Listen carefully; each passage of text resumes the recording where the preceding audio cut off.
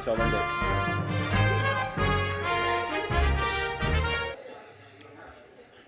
Good evening, everybody. Staff, commissioners, members of the public, thank you for being here tonight. I'd like to call this meeting to order at 6 p.m. At this time, I'd like to present the Pledge of Allegiance. Commissioner Rutherford, would you please lead us with that?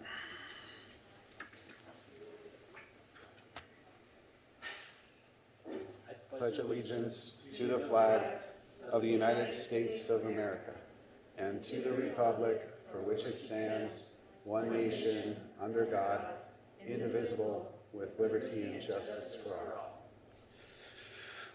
Thank you. Item number 3, roll call.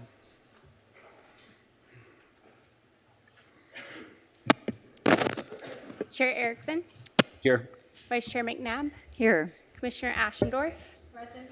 Commissioner Rutherford. Here. Commissioner DeSico. Present. Commissioner Fay. Here. Commissioner Frager. Here. The record will reflect that everyone on commission is in attendance. And item number 4, approval of the amended minutes of the November 21st, 2019 meeting of the PAX Commission. Commissioners, any discussion or do we have a motion? I'll make a motion to accept. And, I'll second. okay. Just press your make motion sign.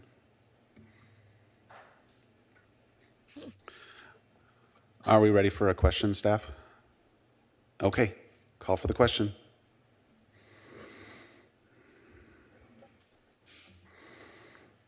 I'm trying.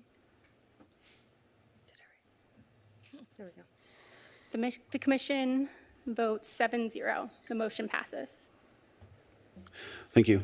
Item number 5, public comment. To ensure fair and equal treatment of all who appear before Parks, Arts, and Community Services Commission and to expedite city business, speakers will be limited to 3 minutes during public comment. The 3-minute per speaker time limit may be extended for good cause by the chairperson or majority vote of the commission. Please fill out a blue speaker card and hand it to the commission secretary. Please state your name and the city which you reside for the record. At this time, I'd like to open it up to public comment. You'll be given 3 minutes to speak, and a warning bell will go off at 30 seconds. Would anyone from the public like to comment on anything that's not on the agenda? Or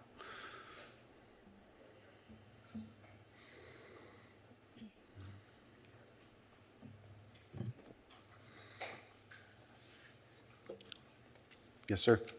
Hi, my name's John Rittenhouse. I am a long-time resident of Costa Mesa since the late 60s. And I am speaking tonight on my own behalf as a Costa Mesa resident and also as a member of the Harbor Soaring Society, which is a model airplane club out at Fairview Park. And just real brief, I would like to ask your help. I have attended for the last year numerous meetings of the Fairview Park Steering Committee, and it's come to my attention that that committee seems to be evolving in a different direction than what I thought Measure AA adjudicated. As we all know, in real world, pendulum swing. Fairview Park became in the news because of some wrongdoing by a previous iteration of the City Council, and it got a lot of attention for that. As a consequence, Measure AA was enacted, and there have been some well-needed remediations in the environmental aspects of the park, and I think that's a good thing. It's a good thing for everybody. But in that process, the pendulum has swung. And I believe that there are some members of that committee, not all of them, and not necessarily Miss DeAugusta, but some members that have a hard, biased agenda to transform this park into an entity that was not originally intended. And when I say that, I mean, how would I say this? An environmental Chernobyl, where there is no man's land, no human interaction with the park. As you may or may not know, amongst the members of that committee, they are now referring to that park as the Fairview Preserve. And I've attended a lot of these meetings, and it's come to my attention that their intention really is to pretty much exclude a lot of the current human interactions in the park. So the way the park is functioning now, you're probably aware it's partially fenced off. I think their intentions are to complete the job. If you see the kids from Waldorf Park, they'll walk down a path. 30 seconds. Sir. Oh, yeah. okay. Just a warning. Sorry. So they'll walk down to a path, turn around and walk back, whereas they used to walk all the way around. I wish I had more time, but I don't. I think the agenda of this committee is not in keeping with what was voted for in Measure AA. It really jeopardizes the future of our club, which I understand we're appreciative to have been in the park for the last 55 years. And if you deem in the next month, You can finish your statement, sir. I understand in the next month this committee will receive a recommendation or not regarding the continued existence of this club in the park. I just would hope that you evaluate when you receive that recommendation or not the source from where that comes. And if you're not familiar with the current goings-on in that committee, you might want to attend one or two and see that maybe it's going a little sideways from what is in the best interest of Costa Mesa citizens and Harbor Resort Society, incidentally. I appreciate your time. Thanks a lot. Thank you. Uh-huh. To this side, sir. Hello. Hi. Hi. Okay. Hello, Costa Mesa. My name is Justice. I've been to the skate park I've been to Volcom Skate Park over 3,000 times, and I've lived in Costa Mesa my whole life. I'm 12 years old, and I go to Ensign Intermediate School. We're faced with a crisis, a very overcrowded skate park, and an expansion would be great. There is one design I have in mind, a pump track, with multiple tracks so the experienced skaters don't have to worry about the amateur/beginner skaters. Also, if you are unfamiliar with a pump track, it's like Sheep Hills. It has multiple bumps and lumps so you can gain speed. And also, to make our park one of a kind, I highly suggest a half bridge, half gap, that is a track that goes over a track. Also, pump tracks are very user-friendly. They fit all they fit all action sports, including skateboarding, roller skating, BMXing, but not scooters because we don't need to worry about those guys. And here's a very simple demonstration I had in mind about how we can make one of the experienced pump track ones, where you would do bump, bump. I'm sorry. Bump, turn, bump, bump, bump, turn, bump, bump, turn, turn, bump, bump, and then do the bridge gap over it and then finish. Thank you for your time, and please take my advice into consideration. Thank you, sir. To this podium. Hi, my name is Jim Gray. I am a Costa Mesa resident. Thank you, Justice. That was awesome.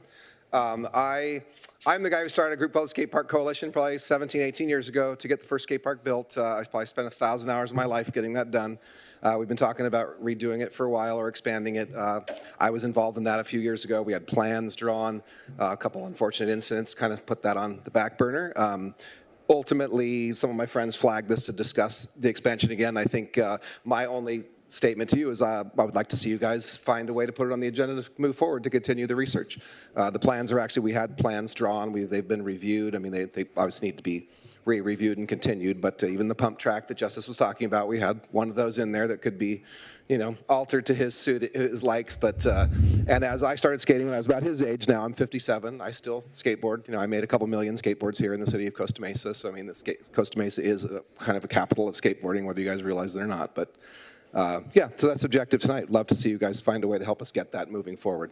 So thank you for listening. Thank you, sir. Let's go to this side. Hi, my name is Bill King. I'm a Costa Mesa resident as well. I've lived here for about 30 years off and on and bought a home here 10 years ago. My family, we go to the Costa Mesa skate park all the time. That little chunk of property is probably the most utilized park space that Costa Mesa has. Like if you look at the square footage and every single day, hundreds of kids in there skateboarding, there's nothing that even comes close as far as park space and, you know, our park space and our tax dollars going to our citizens. There's nothing that even touches it.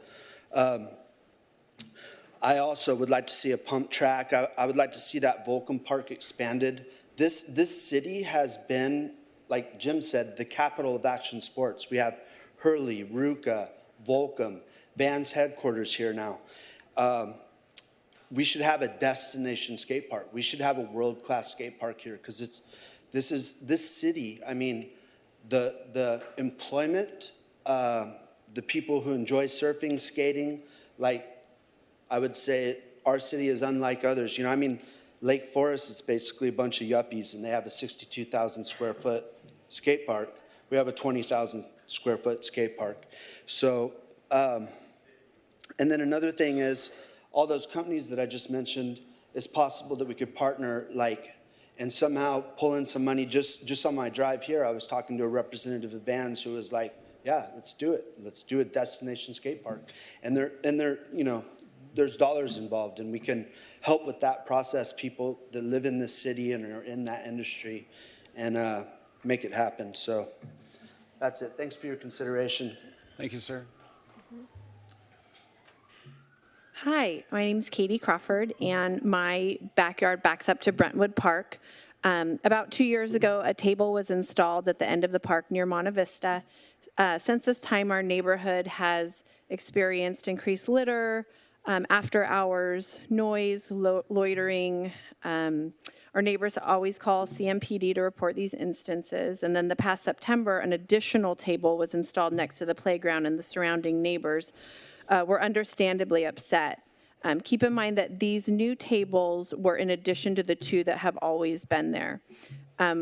In September, at the end of September, I emailed our district parks rep to voice concern. The email was forwarded to Yvette Aguilar, and I received a prompt response thanking me for my email, but letting me know that the table, the newest one, would not be taken out. So our neighbors circulated a petition asking for the removal of the table next to the playground and then discouraging installation of additional tables in the future. We had over 50 signatures. After that, my neighbor, Bob Stum, requested a meeting to discuss the situation at the park on October 29th. And Bruce, Lindemann, and Yvette were both there, along with over 20 neighbors of the Brentwood Park area. The residents were in agreement that these two new tables contribute to activity at night in the park.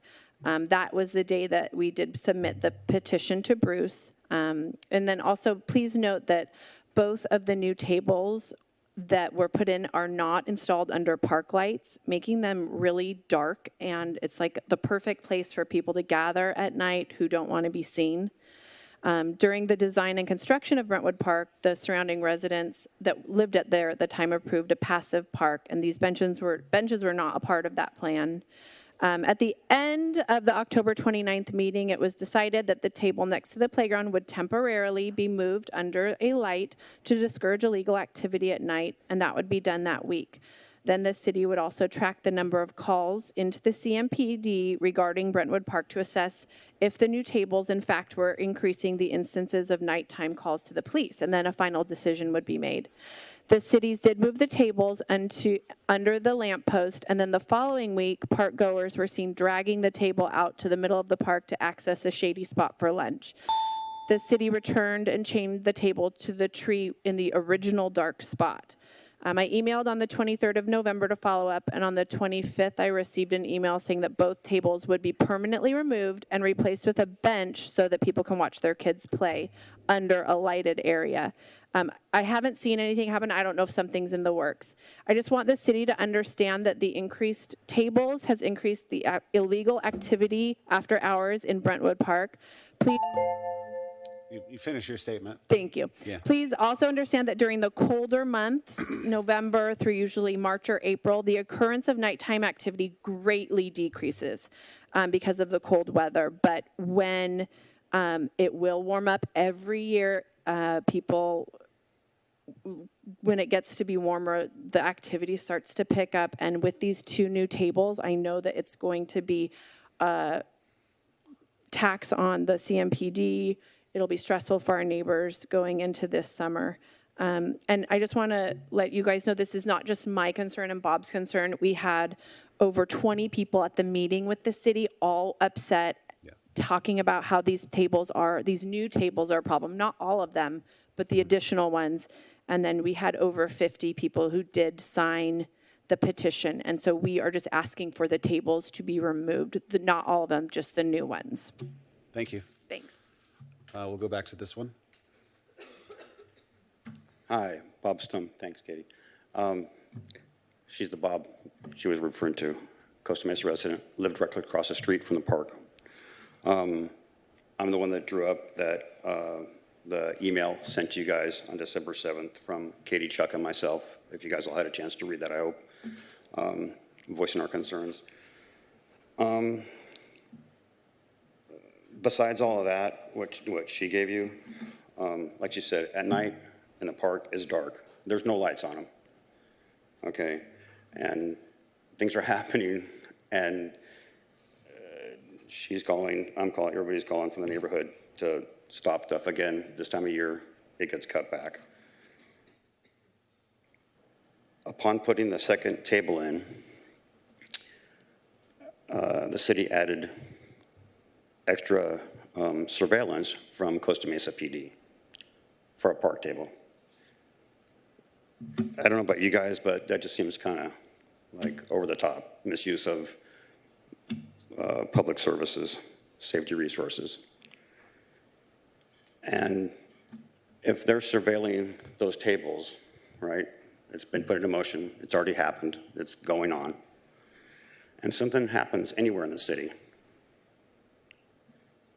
and somebody's assaulted, or worse yet, and they find out that an officer is looking at a park at tables where things are going on that just don't need to be there, that's not going to go good, especially if they seek counsel after their problem. He couldn't be here tonight, but Chuck actually has a picture of, and he just randomly was in the park, took a picture of the first table, not the second one that was just put in a few months back, of somebody shooting up. 2 people actually shooting up at the table. So I hope you can understand the concern there. You know, and in years past, years ago, we trimmed down, oh my gosh, with the city, about probably 70 feet of hedge because people were doing drugs behind the hedge, sleeping there, defecate, everything. Just, you know, it was a mess. Anyway, with the help of the parks, Costa Mesa PD, we got all that cleaned up. And now this is just kind of bringing it back. Just doesn't seem to be proper to any of us. And we want the park to be safe for everyone that comes to use it. Whether they live right in the neighborhood around our houses, whether they're somewhere else in Costa Mesa, or they come here from out of state and they're here one time. They should enjoy it and not have to deal with. If you could just finish your statement, sir. Sure. With drug paraphernalia and things of that nature. There's just no reason for it. So how about we get the benches out and call it good? Actually, I do have one more thing to say, if I may. 15 seconds. It won't even take that long. Did either of the tables get approved by city council? That's a question I don't know the answer to, but I could refer you Because to if staff. the city park master plan, to add stuff to that without going through city council, it's not supposed to be done. To Is my answer the question, understanding. yeah, to basically answer your question adequately, I'd refer you to staff because I'm not an expert in the general plan amendments and what should and should happen with benches. But I appreciate your comment. Thank you. Thank you very much for your time. To this podium, Hi, everyone. My name's Jackie King. I'm here to represent skateboarders also. And about a year ago this time, I put together a project concept for the park across the street from my house, which I live right across the street from Lions Park, so they were finishing building the new library over there, and I walk through there all the time, and I was looking at the rose garden that's built on the top of where the water chamber is under there, and I came up with a concept to put some sculptures in that garden just for kind of like keep Costa Mesa cool, have something that's attractive in that area that can draw people, tourists or whatever, to that sports area, and without putting a damper on any of the projects that are already underway to expand our skate park. I use the skate park a lot, and I would say that it's probably the most used per square footage park in Costa Mesa, probably actually in the whole vicinity of the surrounding neighborhoods. Also, I know people from Huntington Beach and Santa Ana and Tustin all come to the Costa Mesa Skate Park, so we do need that expansion. But I had a couple of meetings last year with some city officials who recommended that I put together a petition for a design that I had to do both this like small and inexpensive sculpture garden, and then also in conjunction with that, a small pump track or like flow bowl, as we call them. It can be like a track, or it can have a little bowl at one corner. They vary in shapes and sizes. I have quite a lot of friends who work in skate park design and building, so I was able to call and get some quotes on the square footage and what they thought roughly it would cost. And they guesstimated between $80,000 and $120,000. Now, I'm not ignorant to the fact that the city doesn't have the budget for that. So I'm standing here representing skateboarders saying if we could just get these kind of pump track projects approved as an item, we will find the funding. I know that there's brands that will sponsor it. I know there's grants that will sponsor it. We just need it approved for this year or for the next upcoming season as an item on the list of things, and then we will actually all bind together and we will make it happen. It's just that I think some of the bureaucracy can be a little bit damaging to everybody trying to do this. I know I'm not speaking just for myself when I say that. So thank you very much. Anyways, I do have a plan that's been put together and presented to the city already, and I don't want to take any funding away from any other projects, but just be able to fund these individual small skate areas personally or by doing fundraising. Thank you. Thank you for your comment. Is there anyone else who wants, oh, I'm sorry. Yes, sorry, I didn't look that way. That's okay. To the gentleman over here. I wasn't planning to speak tonight, but they're, with all these skate park activists over here, I would like to present a sort of a counterpoint. We have a kind of a unique problem in Costa Mesa with that skate park in that we have two major venues next door to each other. Anywhere else you go in the county, LA, anywhere, you have skate parks, you have dog parks, they're not next to each other. You expand the skate park, you have a major parking problem, okay? Which is not to say that you don't need more skate park space, okay? I think what's needed is, and I don't know how to do this, okay? You need to find another location, okay? Now, I'm not a skateboard person, but my understanding is that this park is undersized. I think Anaheim is up to what, 7 or 8 skate parks? So there is a demand for the skate parks, okay? But you got a problem in this location, okay? There's not enough parking. You double the size there. And if you bring back the dog park and make it, they have tremendous activity in there, okay? So you got an unusual situation where you got two major venues right next door to each other sharing one thing, okay? I think the solution is to make a full-sized major league skate park that satisfies these people. I don't know where, maybe you guys can find, I don't know where you're gonna put it, and I don't know how you're gonna fund it, but you might wanna take a look at that. That's just my point. And I hope they don't beat me up on the way out here tonight. Thank you for your comments, sir. We have a gentleman at the podium here. Is there a way we can pull up the PowerPoint or the PDF that I sent you over? Staff?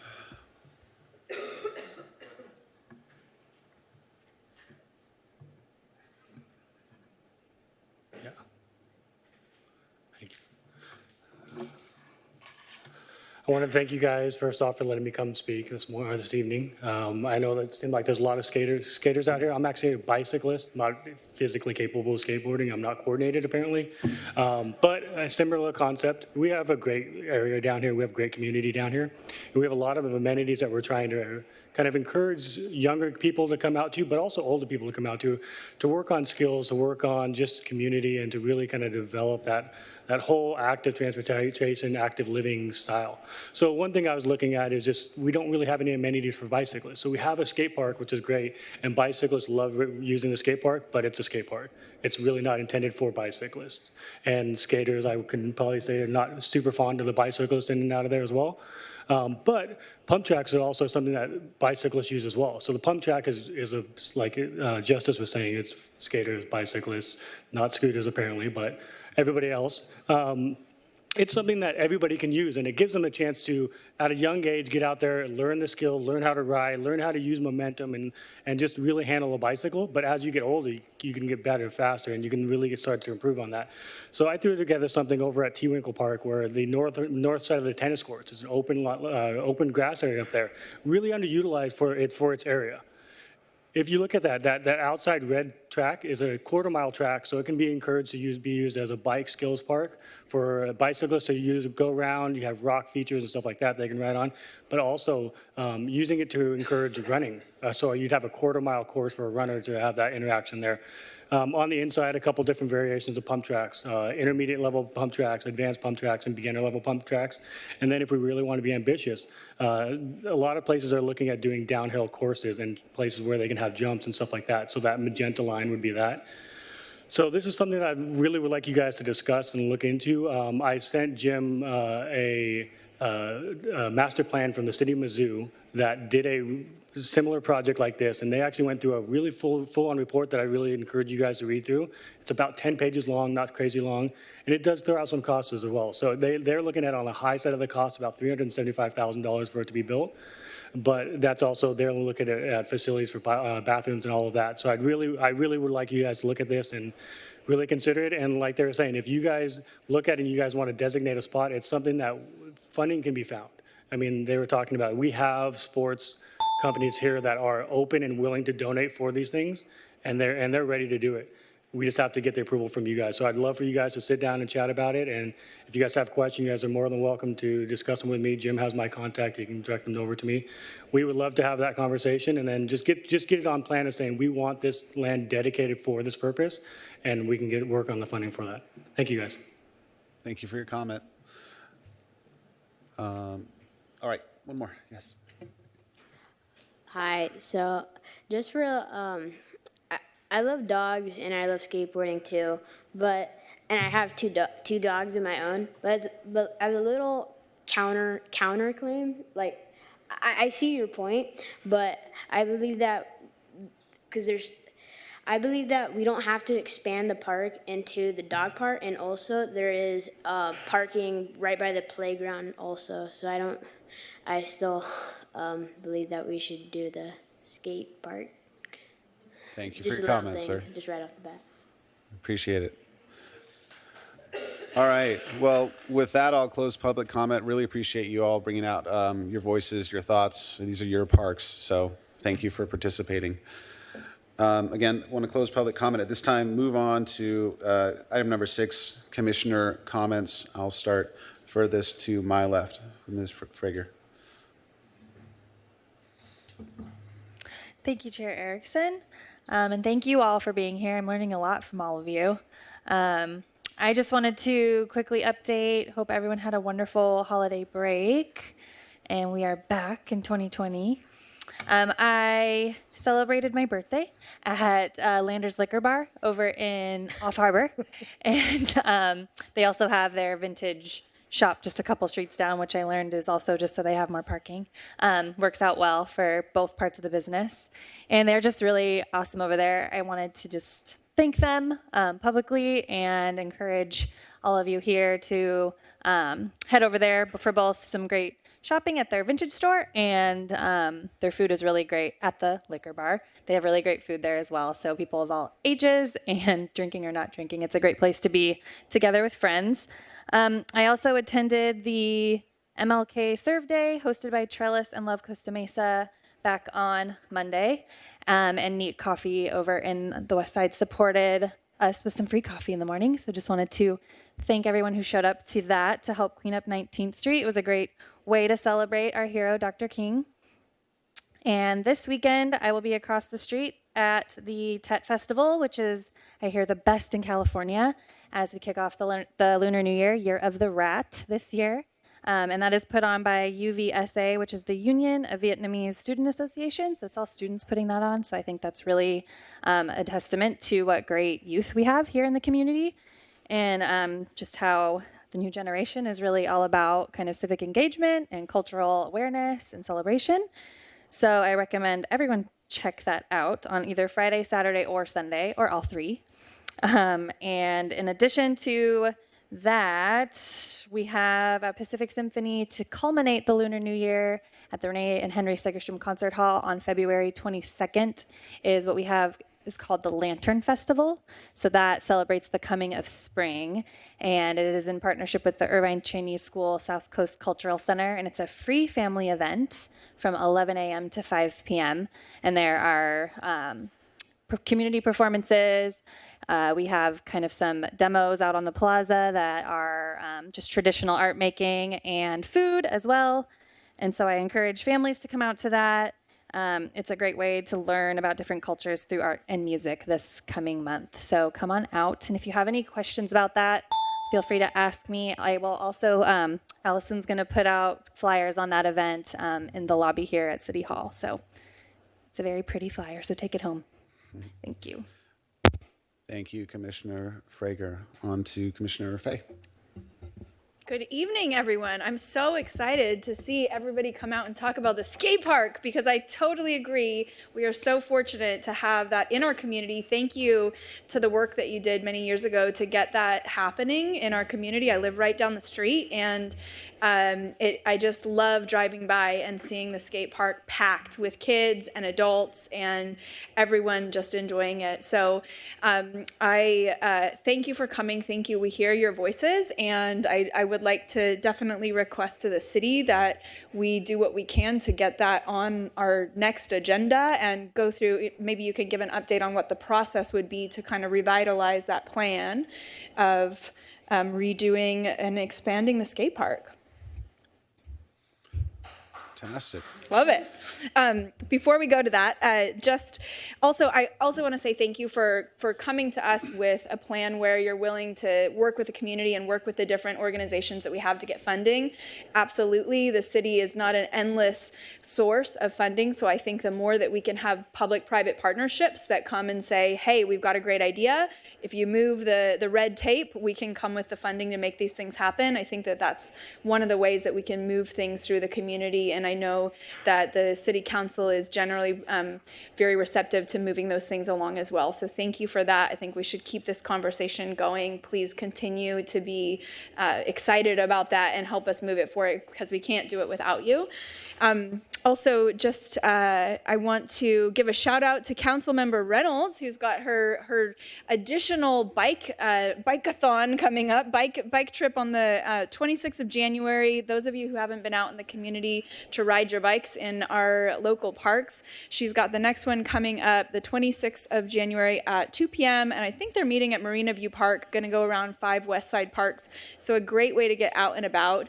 And also just to some of the community that might not have read the recent press release that the City Council released on what's happening with our Fairview Development Center.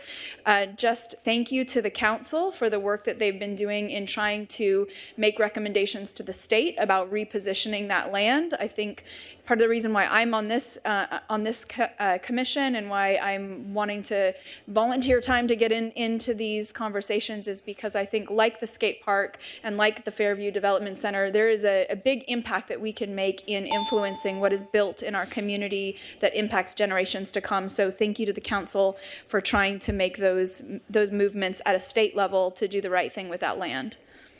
And Happy New Year. Thank you, Commissioner. On to Commissioner McNabb. Well, good evening, everyone. Thank you for joining us this evening. It's wonderful to start 2020 off with a good amount of community support. So thank you for coming. And I would like to reiterate what Commissioner Fay said, that I would love for staff to bring us or work on setting this for an agenda item for the skate park and updating how we move forward to work on expanding that. Also, I would also like to recognize and thank the staff and volunteers who worked so hard on the Snoopy House. I know that Christmas time season's now a little bit far away, but I know this is our first meeting since Snoopy House was put on, and that is such a community treasure, and people love to bring their families and celebrate the holidays together, and I know that it takes a tremendous amount of effort on staff and volunteers, so thank you for that. It's always fun to get to see the kids sitting on Santa Stevens's lap. So yes, don't give it away.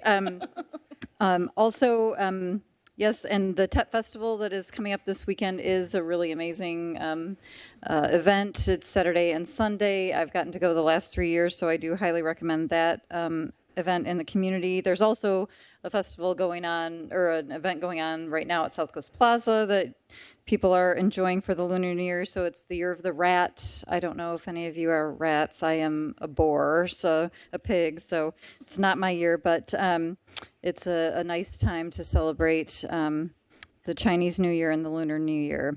And also I will be joining Councilwoman Reynolds and Assemblywoman Petrie Norris on the bike ride on Sunday, and it is at Marina View Park, which is 1035 West 19th Street, starting at 2 p.m. So hope you can join us at that. And yes, if we could definitely respond regarding the tables at Brentwood Park to make sure that we follow up with the residents regarding their request from the tables to the bench that was discussed.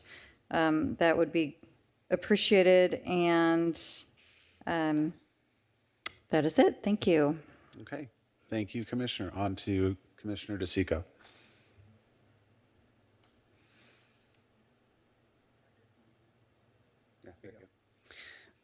Thank you. And I just want to thank staff for their work, continuing to work with the residents with some of these tree issues that we've had. Residents bring their concerns about trees in their neighborhood to us. We make action plans that involve trying to save these trees whenever possible, but that requires city to actually do the work. And I want to commend you guys on following through on what you say you're going to do. We've had a couple residents that have given feedback to me personally by email, and just thanking you guys for following up and taking care of their concerns with these trees. I also want to thank staff for adding that donation button to, or will be adding the donation button to, when people sign up for some of the various activities we have in the city. I feel Costa Mesa does a really good job keeping the price down, and I think having that option to the high quality classes that you guys provide that I've used for my family over years. I know every time I sign up for a class, I will be donating. And I also appreciate being able to earmark some of these funds when they do donate. And I would also say if we could expand some of the options of the donation, maybe you have an option of donating towards a future expansion of the skate park. Maybe you have the option of donating for like a water pad, a splash pad, or maybe some of these other things that community members are interested in. That would be an easy way. It would also be a good way to judge what is important to this community and what are people not only willing to say they want, but actually put money towards what they want. And would kind of give direction to the city of what sort of things should we be improving, rather than just hearing one person's voice. Let's see where people are willing to put their money to. So in addition to the donation button, I think it would be a good way to pull the interest of the community. So thank you for starting with that. That's it. Hope everyone's having a great new year. Thank you, Commissioner. On to Commissioner Cassius Rutherford. Thank you. Thank you, Chair Erickson. Excuse me, I'm a little sick. But I just wanted to give an update that I had an opportunity to attend the Flyfield meeting that was mentioned by somebody in public comments. the Fairview Park Committee has been having a series of public meetings to discuss the issue that's going to come back before us and the council. So it was a really well-attended public meeting. It's been a robust discussion about what they're going to do in Fairview Park. Personally, I'm a big believer in activating our public spaces and making the most out of public spaces so that all of us can enjoy it and make the most out of it.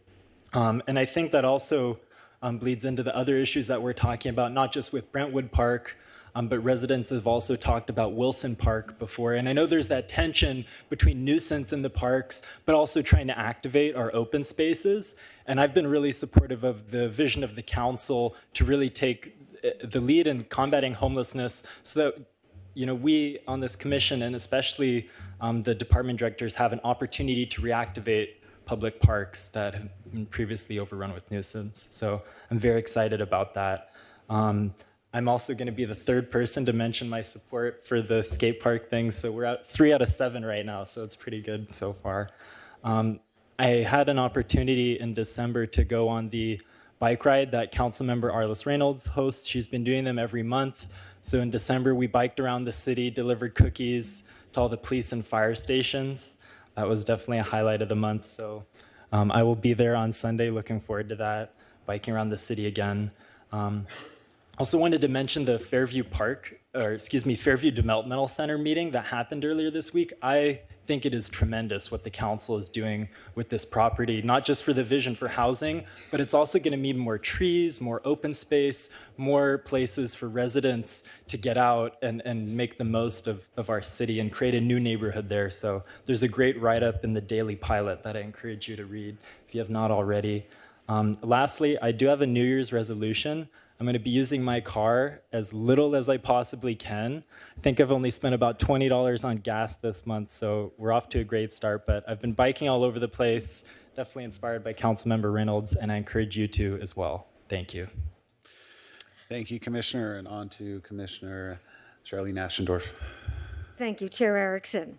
First of all, thank you to the staff, the Costa Mesa Police Department, and the Costa Mesa Fire Department for serving up a beautiful breakfast on December 19th, Breakfast with Santa at the Senior Center. Over 190 people attended. They love seeing the people in uniform come out and feed them. Also on the 23rd, my husband and I led a History of Hanukkah event at the Senior Center, which was attended by well over 30 people. We had latkes and lit candles. It was a great event, well attended for our first one. I want to invite you to the Costa Mesa Senior Center on the 10th of February for a reception at the exhibit. It's on the second floor of the Senior Center. We will be featuring 50-year-old plus senior artist Kathy Warren. It's open to the public, and the art is on display from now until the end of March. Also, on the 5th of February, I will be attending the Newport Mesa Visual and Performing Arts Commission, representing the city as our liaison with the school district, and we will be discussing the partnerships and the state of the arts in our school district. On the 25th of February, we have a great event right here at City Hall at 5 o'clock. It's the artist reception for SOY, Save Our Youth, and also another artist, a Costa Mesa artist, Barbara Owens. And if you're a senior and you'd like to provide input on needs and resources and what you want as a senior in this community, February 26th, we will have an event at the Costa Mesa Senior Center at 4:30 in the afternoon. 2 other items. If you haven't been to the Eco Now at the lab, it's quite an interesting sustainability store. You can buy everything from straws to shampoo. It's all sustainable items. It's a great new find there. And finally, coming up on the last Saturday in April, March and February, March, and April, we'll have free art workshops at Lions Park. So come on out and join the fun at Lions Park. Thank you. Thank you, Commissioner. And I'll just wrap up with a couple of my own comments. I'll start my own clock too. The whole thing about the pump track is really timely for me because 2 weekends ago I took my 4-year-old down to the Pacific Hills Ranch pump track in San Diego, and I was amazed. I had a lot of fun on the pump track, and my 4-year-old had a lot of fun on the pump track. It was an intergenerational experience. And the gentleman from the dog park interest cohort would be happy to know that dogs, skateboards, scooters, and bicycles all coexist peacefully at this park. Abutting the pump track is a dog park. So I thought it was a nice model. We had a great time there. I've also been reading the newspaper again, like I did in November, and noticing that pickleball is a big deal, even amongst kids, which is great. It's a very social game. It's easy for people to play. And as it turns out, it's so popular that it's moving outdoors. This article detailed 5 or 6 cities, nearest of which to us is Huntington Beach, which has outdoor courts and very lively cultures of pickleballers. And if we look at the reports from staff, we notice that at the Downtown Recreational Center, the amount of pickleballers outpaces the amount of players in the next greatest sport by a value of 5x. It's about 300 pickleballers for every 60 basketball players who attend the gym. So I think it's a worthwhile endeavor for the staff to look at more options, outdoor options, indoor options, et cetera, for this growing sport. Also, back in November, it was just after our November meeting, we held a bike race in the city. It went extremely well. It was a cyclocross race held at Balearic Park. The race promoter was very happy with the results. Over 200 people participated. People signed up from Costa Mesa. I got to speak with a neighbor, a resident near the park who just found out about the race and came and competed. I got to speak with a gentleman from Rancho Cucamonga who said, be sure you tell the city that I drove all the way here, I'm gonna gas up my car and I'm gonna have lunch in your city, and I'm so glad you had a race. I heard people came in from as far away as Idaho to come and race their bike in our city. So I think it's a great use of a park, and I'll be looking at ways to try and promote things like that in the future. And then finally, Fairview Park, one thing that hasn't been mentioned quite yet is this Saturday from 9 to 11, there is a restoration effort going on there. So if you want to get your hands dirty, pull some weeds, plant some plants, et cetera, check out some of the cycling opportunities at that park, please attend. And that's all I have. So we'll move on now to item number 7.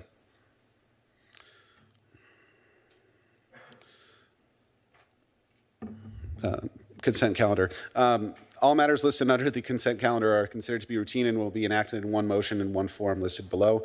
There will be no separate discussion of these items unless a specific item is pulled by the commission. Upon invitation by the chairperson, members of the public who wish to speak on consent calendar items should come forward to the microphone, state your name, the city in which you reside, and the item number. So firstly, staff, is anyone here from the public to speak? Okay, does anyone on the commission want to pull any items? Seeing none, I'd like to make a motion that the consent calendar items be approved. Do we have a second? Second. Okay. Discussion? Call for the question.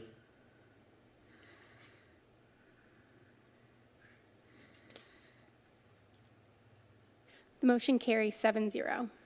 Thank you. Let's move on to item number 8, presentations. We have 2 tonight. Bless you.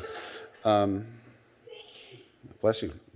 So with that, let's turn it over to staff for fall at a glance. Thank you, Chair Erickson and members of the commission. This evening, we have Acting Assistant Recreation Coordinator, Supervisor Tracy Habiger and Recreation Coordinator Angel Berfranco to provide an overview and the highlights from the 2019 fall programming for the Parks and Community Services Department. And with that, I'd like to turn it over to Ms. Habiger.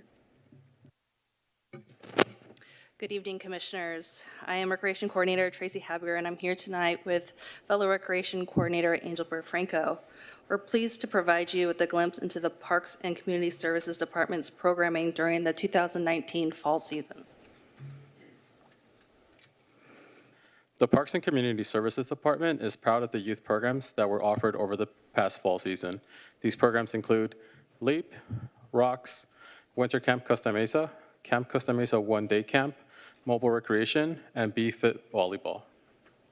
The LEAP program is a fee-based early childhood program for children 3 to 5 years old. An average of 80 participants partook in activities that included educational activities, science experiments, music, guest speakers, and crafts. The ROCKS program is a fee-based program for children in kindergarten through 6th grade, located at 11 Newport Mesa Unified School District elementary school sites, and more than 800 children participated in group games, arts and crafts, academic time, and sports. Camp Costa Mesa offered 2 camp opportunities this fall. The fee-based one-day camp met for 1 day on Friday, November 1st, 2019, during NMUSD Staff Development Day, and was available to children in K through 6th grade. This is the first time that one-day camp is being offered and had 24 participants registered. Located at the Bellera Community Center, campers participated in a themed day with sports, crafts, and a guest speaker. Jurassic parties introduced a variety of reptiles, amphibians, and insects to the campers. The fee-based Winter Camp Costa Mesa met for 2 weeks during NMUSD's winter break from December 23rd to January 3rd. Camp was available to children in K through 6th grade and was held at the Bellera Community Center. Campers participated in group games, sports, arts and crafts, and local excursions. These excursions included the movies, John's Incredible Pizza, Big Air Trampoline, FV Skating Center, Irvine Lanes Bowling, and Glow Zone. Back for its 3rd year, the mobile recreation program brought free activities to local neighborhoods and communities that lack convenient access to park space. Mobile Rec served more than 750 children throughout the city and provided activities such as homework assistant, sports, arts and crafts, and a mobile library. The program runs Monday through Saturday and visits 5 locations weekly for 3 hours each day, changing locations on a monthly basis. Locations visited during the fall included Shalimar Way, Pamela Lane, Fillmore Way, Lions Park Event Lawn, and Schiffer, Wakeham, Polarino, Jordan, and Lindbergh Parks. The mobile recreation truck is also a familiar sight at city and community-run special events, visiting Scarecrow Festival, Hispanic Heritage Event, Shalimar Cleanup Event, and the Torelli Snowland Event. The B-Fit volleyball program is free and open to children in grades 1st through 8th. This fall season, there was a total of 3 teams for the A division, 6th through 8th grade, and a total of 3 teams for the B division, 4th to 5th grade, which had 52 participants enrolled. The non-competitive division for 1st through 3rd graders had 28 participants enrolled. Season total for the entire program reached 80 participants. Teams practiced twice a week at the Downtown Recreational Center and Tewinkle Middle School gym. Games were held on Saturdays at the Downtown Recreational Center. The Downtown Recreation Center operated for 15 hours a day on weekdays during the fall for youth, teen, and adult programming. The facility features a gymnasium, a gymnastics room, multi-purpose room, classroom, pool, and houses several of the Parks and Community Services Department's programs. The adult sports program operates out of the Downtown Recreational Center and the Tewinkle Sports Complex. Youth and adult in sports consist of basketball, futsal, pickleball, and volleyball for adults and basketball for youth. These programs had a combined attendance of nearly 2,200 participants during the fall. The city provides an adult basketball league at the Downtown Recreational Center on Monday nights and contracts with Major League Softball to provide softball leagues at the Tewinkle Athletic Complex. The adult basketball league reached a capacity of 8 teams and 64 participants. The adult softball league had 119 teams for the fall season. The Downtown Aquatic Center offered adult lap swim, youth and adult swim lessons, and aqua aerobic classes during the fall. Adult lap swim provided 4 lanes 6 days a week. Swimmers are provided kickboards, fins, and pool buoys to enhance their lap swim experience. Fall attendance saw just under 1,000 adult lap swimmers. Adult beginner and intermediate swim lessons were offered twice a week for 4 weeks on weekdays, and semi-private classes were offered on Saturdays.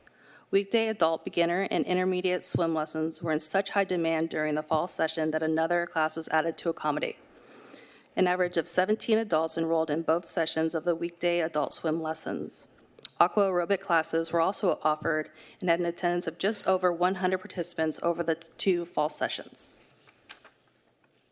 The Downtown Aquatic Center teaches the American Red Cross Learn to Swim curriculum for student ages 6 months to 15 years of age. Group lessons are offered on weekdays, semi-private classes are offered on Saturdays, and private lessons are scheduled by appointment.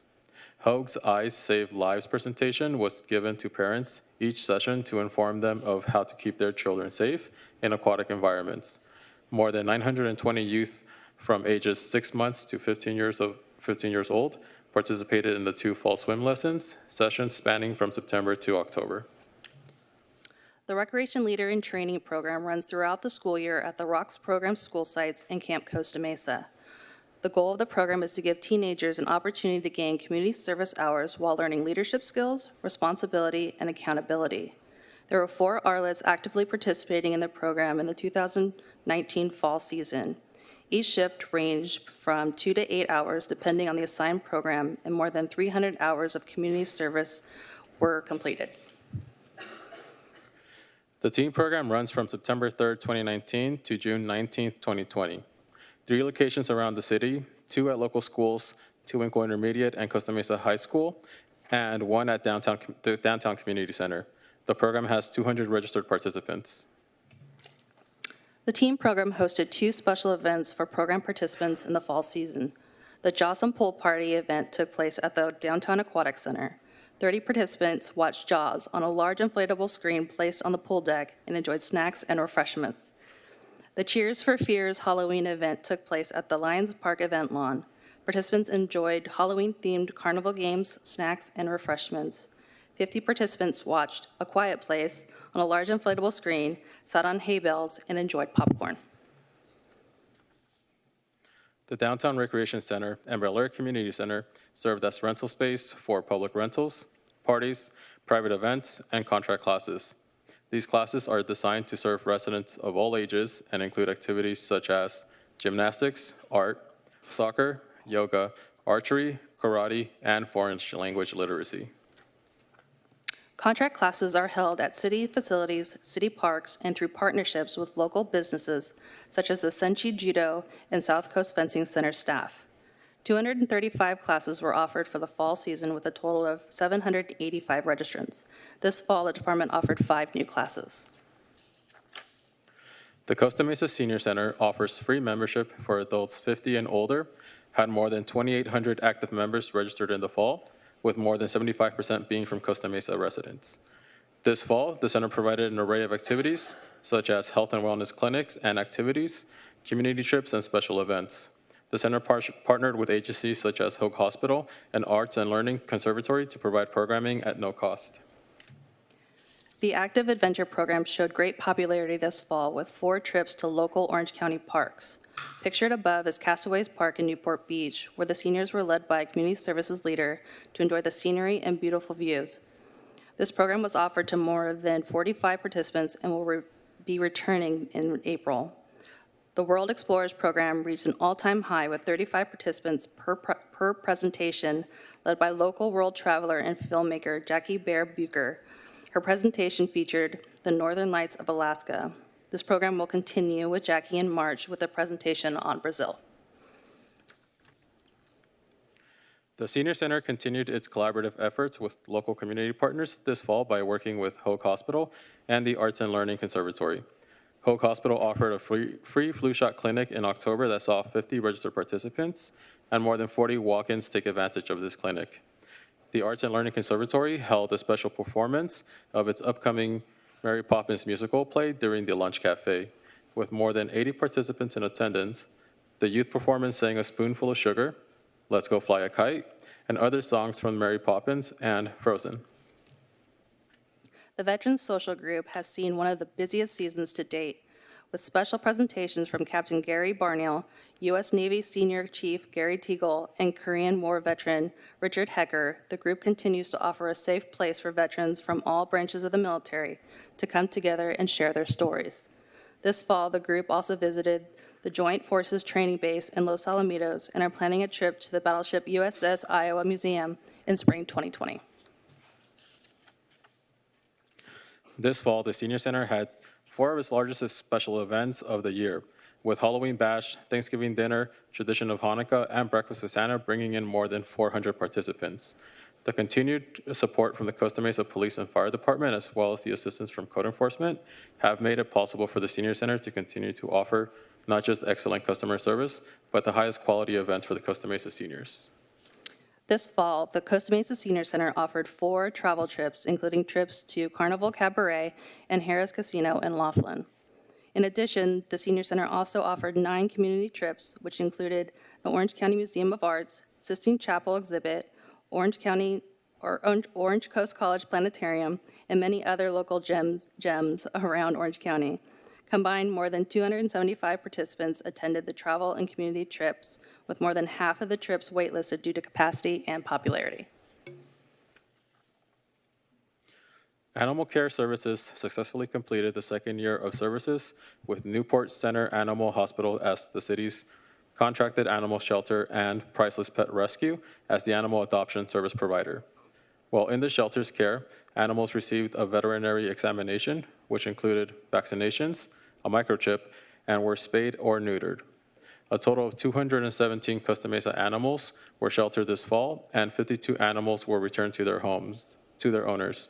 178 Costa Mesa animals were transferred to Priceless Pet Rescue this fall, and 187 of Costa Mesa's adoptable animals found new homes. At the conclusion of this year, 828 animals were impounded, 158 pets were reunited with their owners, 523 animals were transferred to Priceless Pet Rescue, and 505 were adopted. During the fall, Animal Care Services teamed up with Fire Department and CERT volunteers at the Preparedness in the Park event by providing a pet preparedness informational booth. In addition, Animal Care Services hosted 2 annual events, Barktoberfest at the Bark Park and Santa Claus Donation Drive, which benefited Costa Mesa impounded and adoptable animals. The Bark Park is a large fence area designated for the public to take their dogs to exercise and socialize in an off-leash setting. The park is divided into 2 separate areas for large and small dogs. The park is very popular among Costa Mesa residents and visitors from neighboring cities, with popular meeting times occurring in evenings and weekends. The Bark Park played host to the annual Barktoberfest event in October, which consisted of a pet vendor fair, local animal rescue organizations, and a canine costume contest. The event attracted more than 500 attendees and featured 15 vendors, 8 animal rescue organizations, and more than 50 participants in the costume contest. The city has 2 community gardens with a total of 102 parcels. There are 60 parcels at the Del Mar and 42 at Hamilton.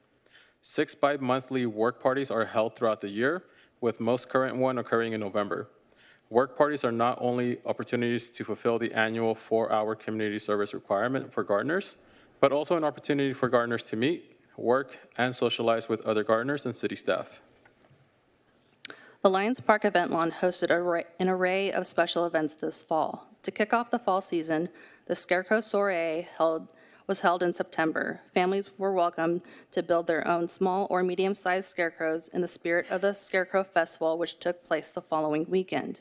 In addition to creating their own scarecrows, families played fall-themed lawn games such as cornhole and candy corn bowling. More than 80 participants came out to enjoy the scary good fun. In October, children aged 5 to 15 got the opportunity to put their own creative spin on painting a pumpkin and a ghost in the spirit of Halloween. Instructor guard Victor Castillo led the children step by step on how to paint their masterpieces, while the children sipped on juice boxes and had light refreshments. 16 children attended this youth and sip and paint event. The following weekend, the Lions Park Event Lawn welcomed families to the pumpkin party.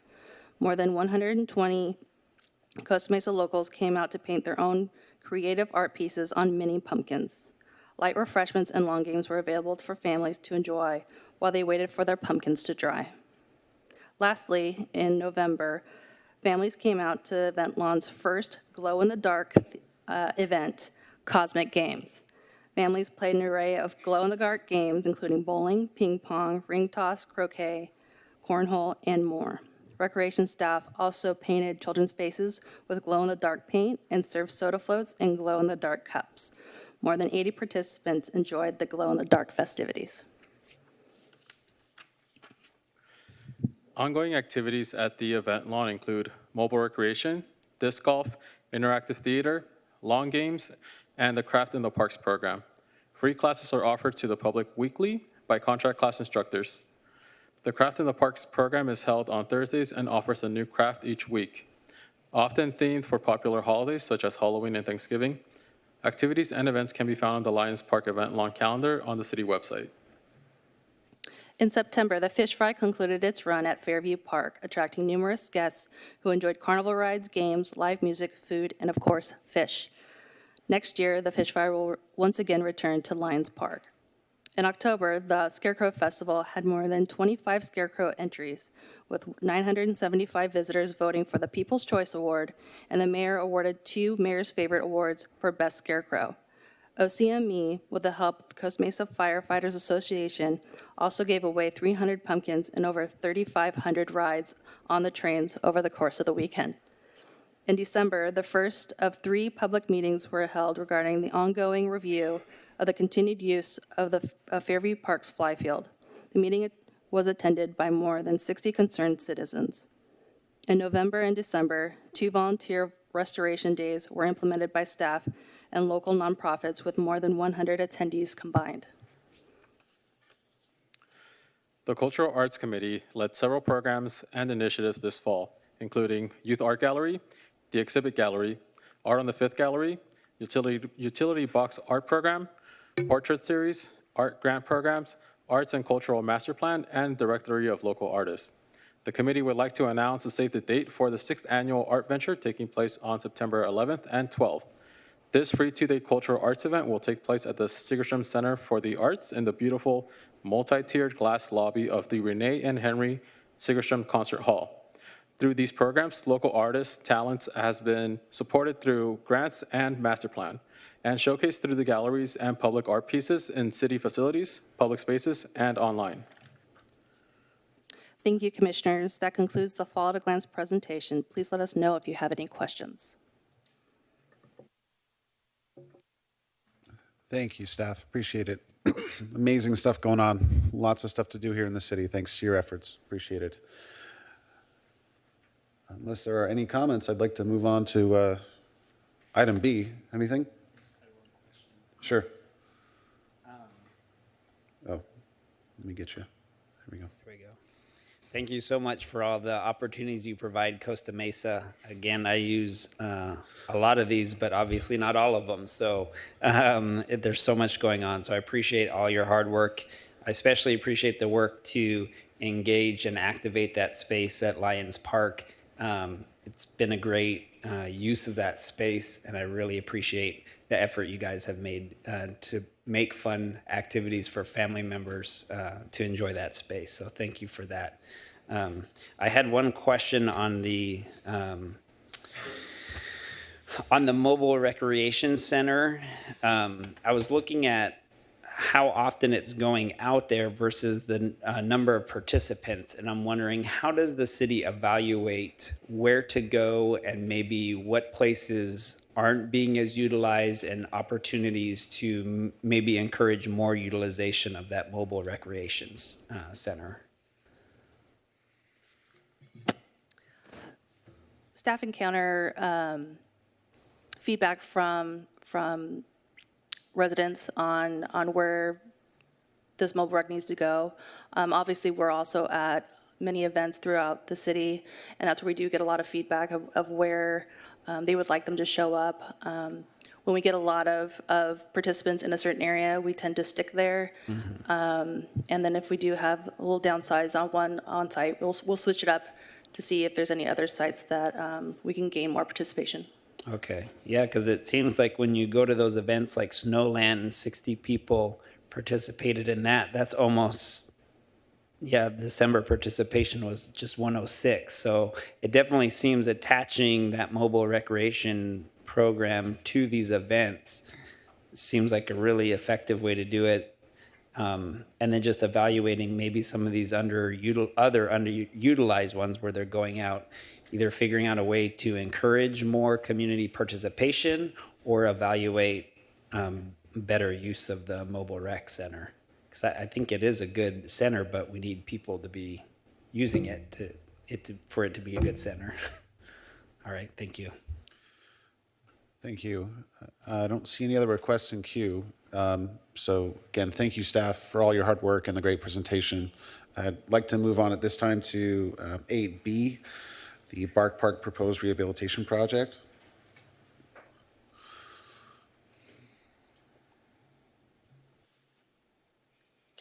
Good evening, Commissioners. Happy New Year. Happy Tet New Year.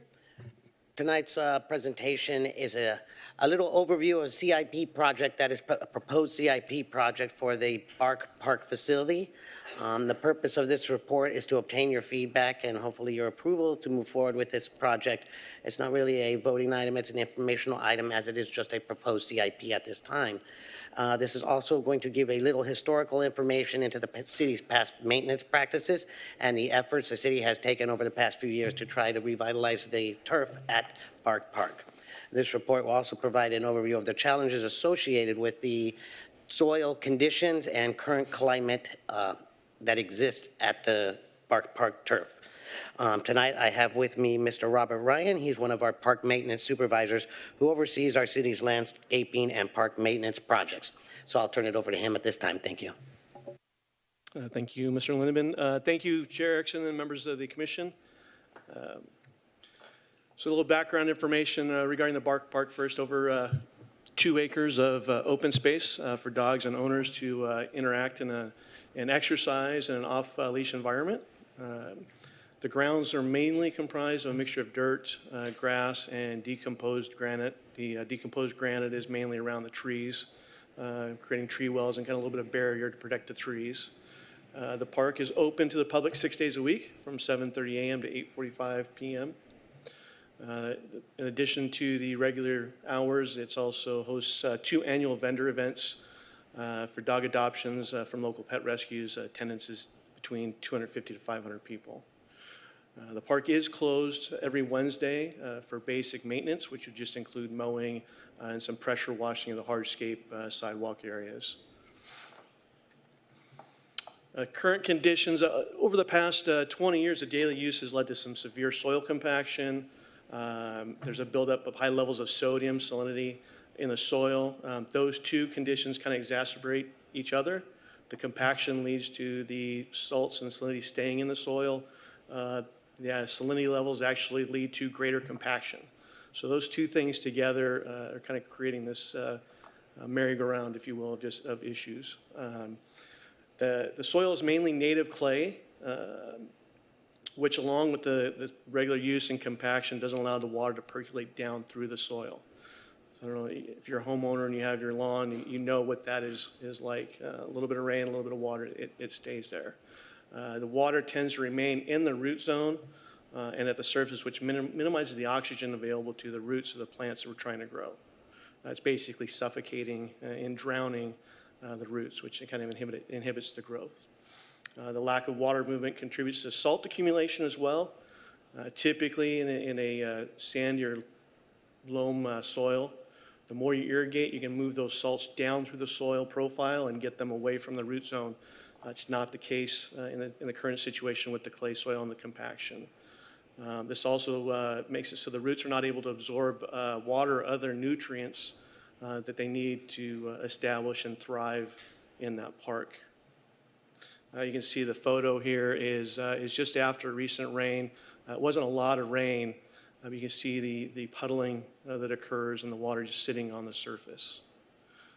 Ideally, that water would move through the soil profile at a faster rate and dry up and take salts and other issues away from the roots. There's a couple other pictures. The one on the left is the entrance to the large dog park area. Again, the puddling. The picture on the right is the small dog park area, which again you see consistent puddling throughout and the same types of issues with compaction and standing water. And again, this was not a heavy rain.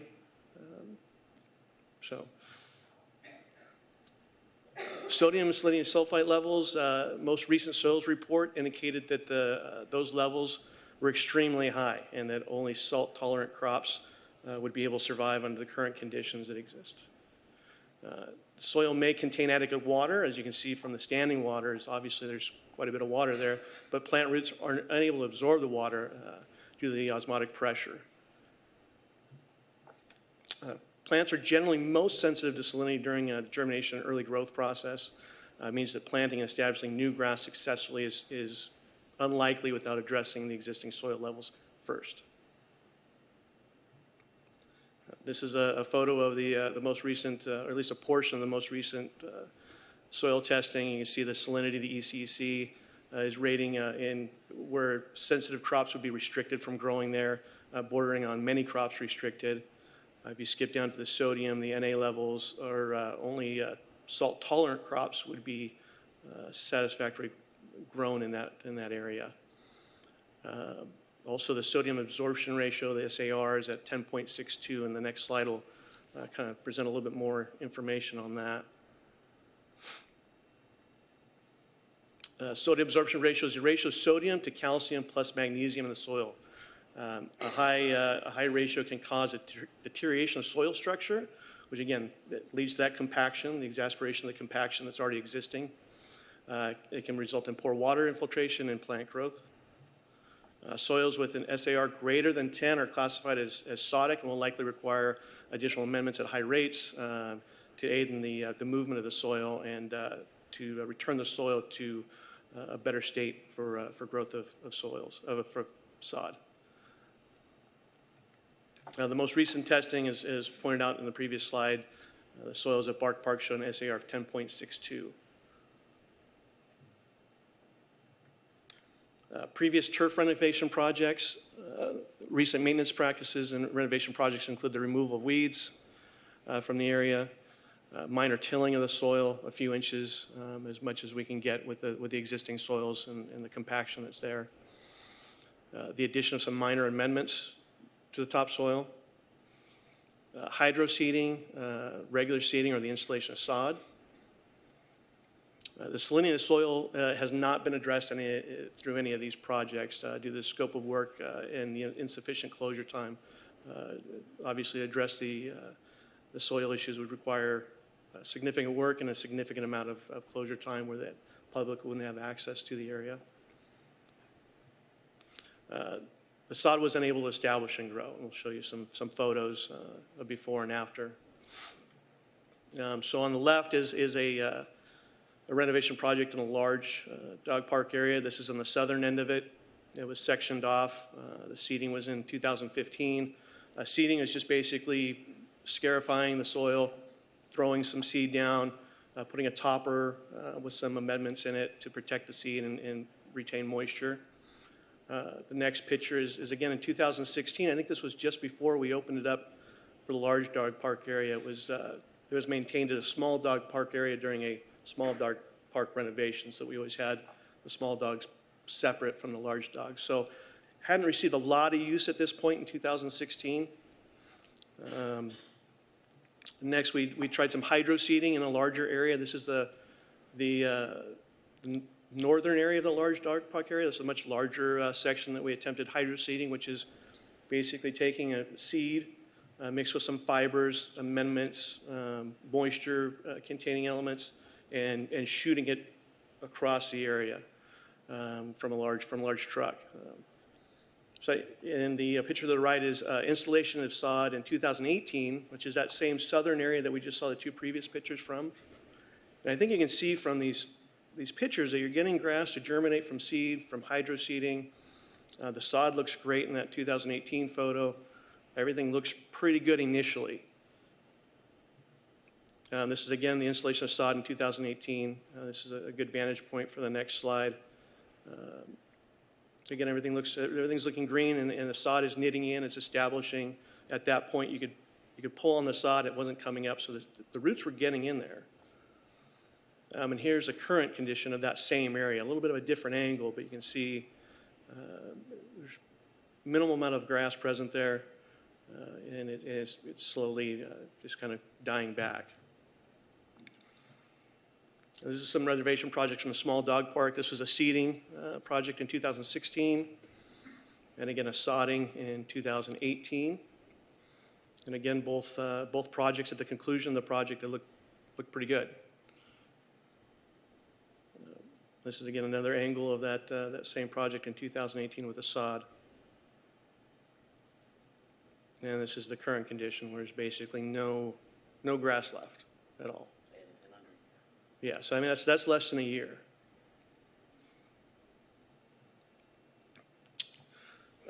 We've used varying types of seed and sod at the Park in an effort to try to get grass to remain there. You can see that most of those attempts seemed to be successful at the time. The continuous usage of the park, the lack of adequate resting time, the extremely high levels of sodium, extreme compaction, and the poor soil structure, they're all obviously inhibiting the establishment and the long-term growth of any turf in that area. The turf grass just can't be sustained unless the compaction is addressed and unless the salts are addressed. We have kind of enlisted the help of an agronomist and along with staff and put our collective heads together and we've come up with the following recommendations on how we feel we should proceed.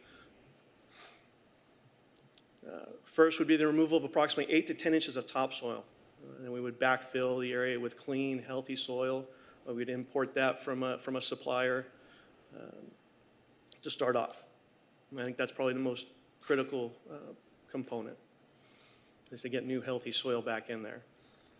That soil would be amended with a calcium clay or a gypsum, and those two products, either one of those would help alleviate future salt issues and salt buildup issues. Next, we'd level and grade all areas of the existing hardscape. There's some areas that are a little off from the existing hardscape, so we'd have that laser leveled and up tight to the sidewalks. We'd adjust the irrigation system and ensure uniformity of coverage. And we'd add the appropriate organic fertilizers if they're needed. And then finally, we'd install kikuyu grass sod, which is an aggressive growing turf grass. It's somewhat self-tolerant. It's used in some golf course fairways. There was a time where golf courses were fighting kikuyu grass and trying to get rid of it, but it was so aggressive that they finally, a lot of courses just kind of threw their hands up and said, you know, we'll deal with it. So we feel this would, along with the soil changes, this would be a viable option. Cost and scheduling. Total cost to renovate all of the soil and turf, as mentioned previously, would be approximately $400,000. The work would be split into 2 separate capital improvement projects over 2 fiscal years. The goal is to have half of the area renovated in the spring of this current fiscal year, and the other half would be renovated early summer of 2020-21 fiscal year. The schedule, half at each time, would ensure that at least half of the park would remain open for use throughout the renovation process. Obviously, it's a heavily used park, and we don't want to disrupt that use. We want to have minimal disruption as possible. Some additional enhancement projects that we're looking at in the building mod department would be a watering station drainage. There's some issues with some drainage, again, with the soil compaction. You have dogs, and I know my dog is not the most neatest drinker in the world. When she drinks from her bowl, you have owners that are cleaning the bowls because they want their dog to have clean, fresh water. But water really has no place to go at this point. So we're going to add some drains that'll help alleviate some of that. We're looking at adding some dog agility equipment for the use of the animals and for the owners to work with their dogs. And we'd also look at adding some additional young tree plantings to provide some shade for the residents. Additionally, we'd recommend the following maintenance and operational procedures following the renovation, which is going to be key as well, just not to get it to where it needs to be, to help keep it in that point and make sure that we don't get back to the point that we are at now. At least 1 additional closure day per month we'd recommend in order to fertilize 4 times a year. Of course, we'd use an organic fertilizer that would be safe for the animals and for the people. Verticut twice per year. Aerate 4 to 6 times per year, which is the verticutting is basically cutting across the turf to kind of open up and relieve some of the buildup, the thatch buildup, and get a little bit more oxygen and water directly to the roots. The aeration, again, is to expand the soil, open up the soil, and make sure that water is able to percolate through, and that oxygen is able to, it loosens up the soil and makes sure the oxygen is able to survive and exist around the root zone. We would dethatch and overseed, possibly with a perennial rye in the fall.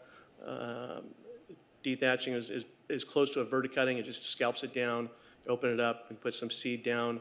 The perennial rye will help protect the kikuyu grass during the winter. Kikuyu grass is mainly a summer type grass, so it goes a little semi-dormant in the winter. We really don't have that cold of winters here, so maybe a couple weeks out of the year it'll go dormant, but that'll help protect the existing stand of kikuyu grass while it's in its dormancy. Perform regular heavy irrigation in order to leach the salts to the soil profile. And right now, irrigation is kept at a minimum, just because the user groups are there. The users are there the next day, and again, the standing water you can see from a light rain doesn't allow us to really irrigate and move the salts through the soil profile. The additional maintenance would cost an estimated $5,000 to $7,000 annually. In the big scope of things, it's not a ton to add to the maintenance contract, but there is some cost involved with the additional maintenance. We'd also recommend instituting rain day protocols similar to that of city-maintained sports fields. Protocols would call for closures during immediately after rainfall until the soil is dry. It would limit the activity following wet weather. It will protect newly established turf from excessive damage and rutting. Obviously, with the change in soil, our hopes is that that would be minimized. That time would be decreased. Right now, the park is closed during rain events.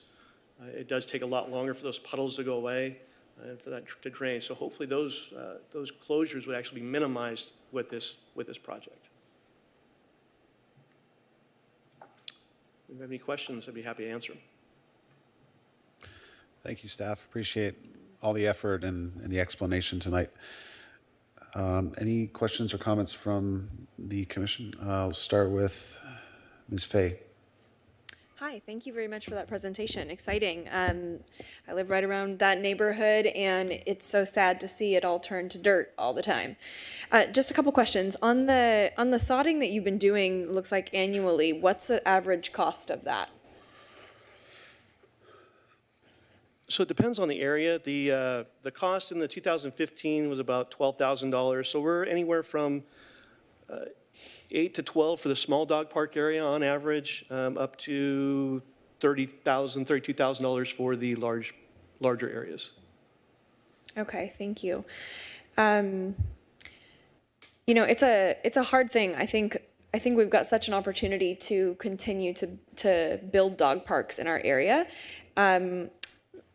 I think that this one definitely can be improved. Have you considered in the development of it? I know right now what you're talking about is a request of putting the capital improvement budget into the plans for this year, and that detail would come later. But have you considered in the plans changing the topography of the current park, which is fairly flat, and putting in, if you're going to be removing all of that dirt and putting in more, putting in some natural kind of bumps and hills that people could, that dogs could run over and people could sit on? At this point, that hasn't been a consideration. It's not something that we couldn't consider. There might be some issues with irrigation and getting uniformity of coverage with that type of project. But other than that. Okay. Yeah, I would like to request that as you move this forward, you do look at considering different ways to change some of the topography of that land that would be cost effective, since you're going to be removing dirt, putting more dirt in. You could look at examples like Strawberry Hill, Strawberry Fields in Central Park is a very kind of movement area. It's a place where all the dogs go in Central Park, and it's a really natural place to put a couple of benches on the top of a hill so that people can be watching their dogs that are running and playing down in an area. So that would be something I'd ask you to consider. And then as you're looking at closing down half of that, great work on making a plan to just close down half of the park. I think closing the whole park would definitely be too hard. But has there been any consideration of putting up any kind of pop-up bark parks, dog parks in other parts of our community in the meantime while these changes are happening? Thank you for the question, Commissioner Fahey. I know that currently we are always in search of opportunities to have another dog park in the city, just like we are always looking for other open space and other places to expand all the successful programs. As far as a pop-up to hold the overflow, that is a good suggestion, and that definitely be taken into consideration. And maybe somewhere else in Tewinkle Park, we could set up some sort of temporary dog park if there is such a need for an overflow. Okay, great. Yeah, I would love to request you to consider that in the plans that you put forward too. I know that those can be done fairly inexpensively. I think last year I showed some photos of a pop-up dog park in San Diego that was very mobile and movable. So with just a couple of shipping containers and a couple of chain link fences and some ground, you can put that up, and it could be moved to different areas of our community. Perhaps once the Bark Park is finished, it could be moved to a more semi-permanent area in another area that is under Bark Parked. Yeah, I think that's probably just about it. My only other comment would be, as we kind of take this in light, a $400,000 spend. I know these things are expensive, but in light of also wanting to make other changes in that area around Tewinkle with the skate park, it would be great to get the skate park also up to that level, or half of that level in the capital improvement request as well. I know in the Community Services Director's report, she does have a minor update on the skate park. Okay, great. So that'll be included in her report. Wonderful. Well, thank you. Thank you for trying to improve that. I know that it's very used in our community. I definitely think we need more bark parks, and it would be great to have that improved. Please also consider putting a couple of little small rolling hills in, some benches, and definitely more trees. All right. Commissioner Rutherford.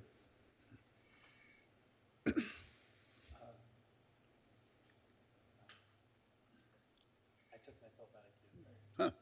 Okay. Let me just.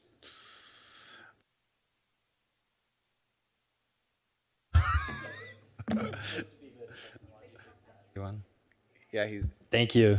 Okay.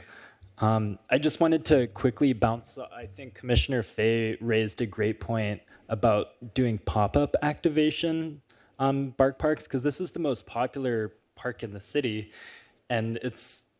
I mean, I live by Tewinkle, so it's very convenient for me, but it's not convenient for somebody that lives in West Side or even over maybe in Mesa Verde. So I'm wondering if there's been discussions about that, or if that's something the city is willing to consider, whether it's to you or to you, Ms. Aguilar.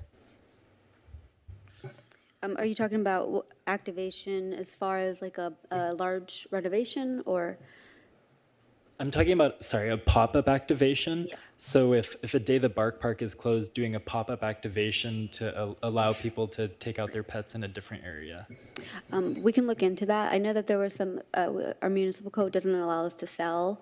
I know that was something that had been talked about before, but that's something we can definitely look into. Great. And then, as I mentioned, I think it's a huge opportunity for the city to not just look at this park, but also in other parts of the city, because just having the Bark Park is so popular. I mean, everybody brings their pet to the park, or they want to bring their pet to the park. And you know, the land at Fairview Park is massive, so perhaps part of the use there could be a consideration of some small area to allocate as another Bark Park, or you know, an expansion there. So just food for thought there. Well, not stepping too far out into the future, but the Fairview Developmental Center project that has been brought forth and our council is proactively working towards does include approximately 25 acres that would be allotted to us as some sort of park space, whether it was a sports complex or another of that. So that is something just in the future. I don't want to get too far ahead or get too many people excited, but that's just kind of out there, that in part of that conversation is 25 acres of possible open space for us. All right. Thank you, Commissioner. On to Commissioner Ashendorf. Yes, Mr. Ryan, you mentioned that there will be an additional closure of the park for one day. Is that ongoing, or is it going to be short-term? One day, an additional day a month? Commissioner After, thank you for your question. I believe that would be how we'd close half the park for an additional day of maintenance and leave the other half open. I wasn't clear on that. I apologize, but yes, Okay, and it would be ongoing.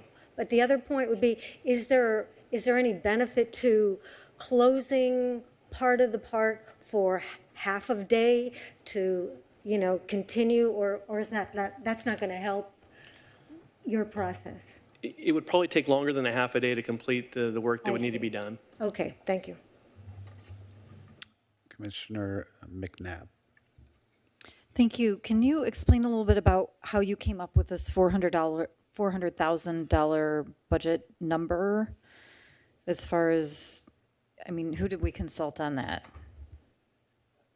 Commissioner McNabb, thank you for your question. We consulted a local renovation expert and got some approximate costs. We developed a scope of work, presented that to him, and basically said about what would it cost to do this type of work at this location. Okay, and then if the city council approves, then they would put out the RFP and do the scope of work that way? Absolutely. Okay. And it's also been mentioned to me that perhaps many of the dog parks in the community have the same day of rest. And I wondered if we could have staff kind of take a poll of the neighboring cities that have dog parks so that we could maybe enhance the entire region's ability to use a bark park daily in that aspect. Yes, Vice Chair McNabb, we've actually already looked at that. So we know that our closure date is pretty consistent with other neighboring cities. So that's something that we definitely would change in the future. Okay, or consider great. changing. Yes, because, certainly all these improvements, I think, are much needed, and would want to recommend that this item be brought to the city council for approval. So thank you very much. That was a helpful report. 10 to 12 inches seems like a lot of soil to move, but I think that in light of the fact that it currently is such kind of a muddy mess, we need to act. So thank you very much for the information. And the commissioner does make a good point. The purpose of this commission tonight is to receive and file and make recommendations, ask questions, and so on. This issue will move along and mature as we go along. Commissioner DeSico? Yes, I want to thank you guys for addressing this issue, as obviously it's an issue. We'll have to see how it all proceeds forward. But I did have a question. Given the fact that we're removing the 8 to 10 inches of soil, that seems like the perfect opportunity to do some underground drainage there. And that was one thing at Jack Hammett Sports Complex, that when the Chargers redid those fields, part of that renovation was removing all that soil, but then also installing underground piping so that when it rains, that water can go through and leave that area. Has that been considered with this renovation? Commissioner DeSico, thank you for your question. Absolutely. Actually, there is existing drainage at that park. But the water's not reaching that drain, and more than likely, due to the clay soils, it's dammed up like the rest of the soil. But there is existing soil or existing drainage. I think the hopes is once we start digging down that we can find that and maybe improve that existing drainage as well. Is that within that 8 to 10 inches, you think? We believe it may be just a slight bit lower, but hopefully it's there. We're not exactly positive on the depth of the drainage. We just know that it was put in place during the original construction. Okay. And so you mentioned the issue with the clay, but I also noticed adding clay to, so if you could explain that for maybe a non-soil expert, if we have a clay issue, why are we adding clay in the soil? So, yeah, calcium clay is just a little bit different component. It's actually more of a crystallized, for lack of a better word, and it would dissolve in and mix in with the existing soil. So it's a soil conditioner, not necessarily a clay per se. Okay. All right. And then do we currently aerate on a regular basis, the Bark Park? Not at this time. With one maintenance day, we can get in there and do some pressure washing and some mowing, so that does not really allow for an aeration. We do when we do aerate when we do the renovations, but that's about the only time. And then you mentioned the kikuyu grass, that goes dormant. Does that mean it turns brown? Where you'd have a normal winter, it more than likely would. But very rarely in Costa Mesa have I seen. We have Bermuda grass in our sports field at Jack Hammett and at Tewinkle, and that if you get a really, really cold snap and over the Christmas holiday, it may go a little brown for a couple weeks or even a few days, but it's very rare. The soil temperatures have to reach a certain temperature for that to happen, and they just don't get that cold. Okay, good. And then you mentioned the regular heavy irrigation. Explain to me what that is and why that would be beneficial versus just flooding the grass area and making a water problem there. So with the change of the soil, it would allow that water to irrigate to move through the soil profile. So the advantage of doing heavy irrigation at certain times would to ensure that there's no salt buildup. So the more you irrigate, as long as that water is moving through the soil profile and not sitting there, the idea is you'll be taking all those salts and the bad elements along with it. And that makes sense as long as that salt, like you said, is either going down far enough or going to these underground places that will then take the water out of that. So hopefully we can find those areas to get that water out. And then I did have a question. Bark Park, for the sports fields, we have periods of restoration where those fields are shut down due to heavy usage, and for months at a time, they rest. Does Bark Park currently have that as part of their plan? Not currently, no. Does that affect the grass's potential to recover from usage by not having a plan like that? Yeah, it does. Is there a way that if this money is spent, because it's a considerable sum of money, that there would be a way for grass to have periods of restoration? Yes, we've looked at the option of maybe having some fencing and some gates to allow certain areas at any given time within the park to rest and recover while keeping a majority of the park open. So that's an option we've been exploring. Okay, I think that sounds great. And then also aligning with the rain protocols of the city for usability, I think is also a wise decision to protect this asset if we're going to be putting that into place. So thank you for being very thorough in a lot of these areas and answering my questions. Thank you. Thank you, Commissioner. On to Commissioner Frager. Mine's just super quick. I wanted to also support the recommendation of the pop-up parks, just because it could also be looked at as kind of a testing ground for other good locations without the commitment attached. And just a comment that I love how much dedication is going toward our furry friends and their beautiful parks. Thank you. Okay, I see one more request from Commissioner Rutherford. Thank you, Chair. Just a quick last question. What has been the scope of community outreach around this rehab project to see what the community wants to see in the Bark Park? Commissioner Rutherford, there hasn't been community outreach at this point. Staff right now, we're just presenting this to the commission to identify some of the problematic areas in the dog park. City Council would like some type of presentation made to them formally as well. There would definitely be a community engagement component, but right now what we really wanted to do was get the feedback from our commissioners, see if they had any questions or commentary on that so that we can add that, and then we would definitely move forward before any type of design or anything or call it renovation or anything like that was done. There would definitely be more community outreach. Well, I appreciate that there will be outreach, Director Aguilar. Maybe a suggestion would be on whatever information there is about the Bark Park right now, maybe to let residents know that this project is being considered. Maybe just a form where people could submit comments. But I think, especially since this park is so popular in the city, people might feel that they can shape the future of the park as well. Absolutely. I think the intent of this was really to garner the feedback from the commission and then give a commission an idea of what it would cost. I think fundamentally what we're looking at is cost, and then we can we'll definitely, like I said, get that feedback and make sure that we open it up to receive that type of information from the users. Cool. Thank you. Really excited to support this. All right.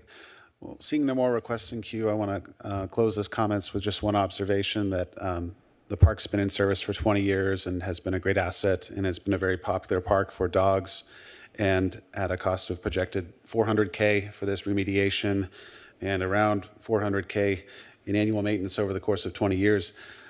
I just wish that dogs would be like skateboarders and play on concrete. But, you know, it is what it is. Anyways, let's move on. We have no old business. At this point. So let's move on to item number 10. I'm sorry, did I miss something?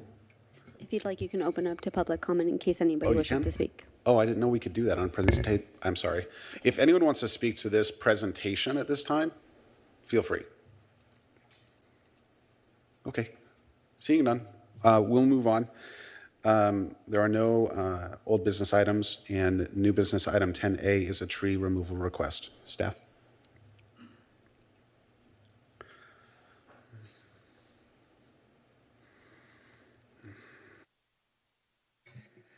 Good evening, Commission.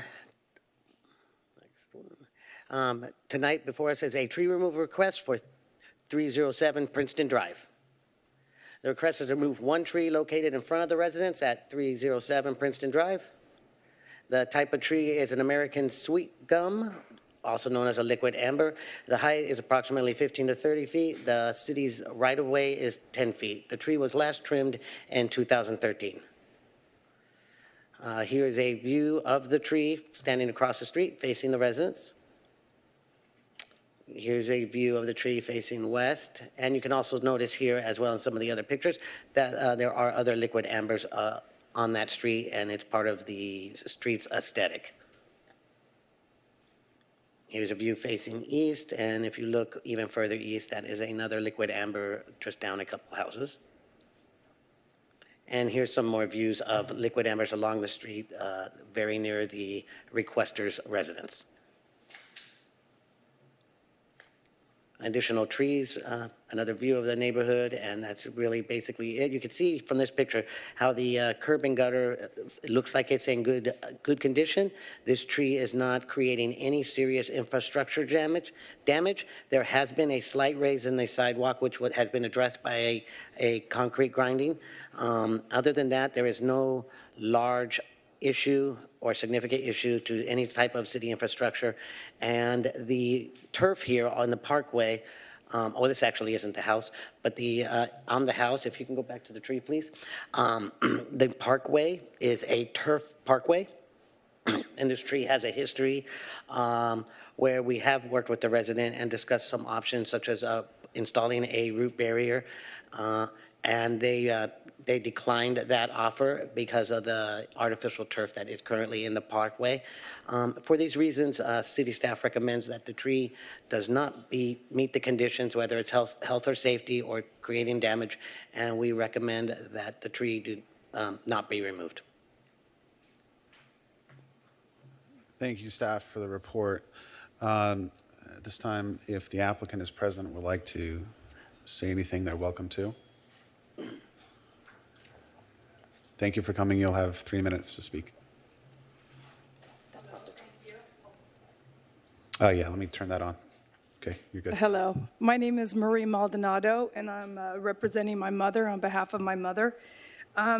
We're here this evening because we'd like to request the removal of the tree because the roots have grown underneath the sidewalk and have lifted the sidewalk significantly. The city has come out a couple of times to try and fix the sidewalk. However, it continues to be lifted. My mother walks the sidewalk every day, so my main concern really is her safety for any trip and falls on the sidewalk. In addition to the roots growing underneath the sidewalk, the roots have actually grown into our front lawn as well, and the roots are protruding out of the grass. And so aesthetically, it doesn't look good, but really, again, another major concern for me would be that if we have any issues with our plumbing or with the sprinkler system down the road, when the roots are starting to grow in our front lawn and going towards our house. So we just would like you to consider that, the health of my mom, the safety of her walking up and down significantly, at least with the sidewalk being lifted. So we thank you for your time, and we would hope that you guys would consider removing the tree.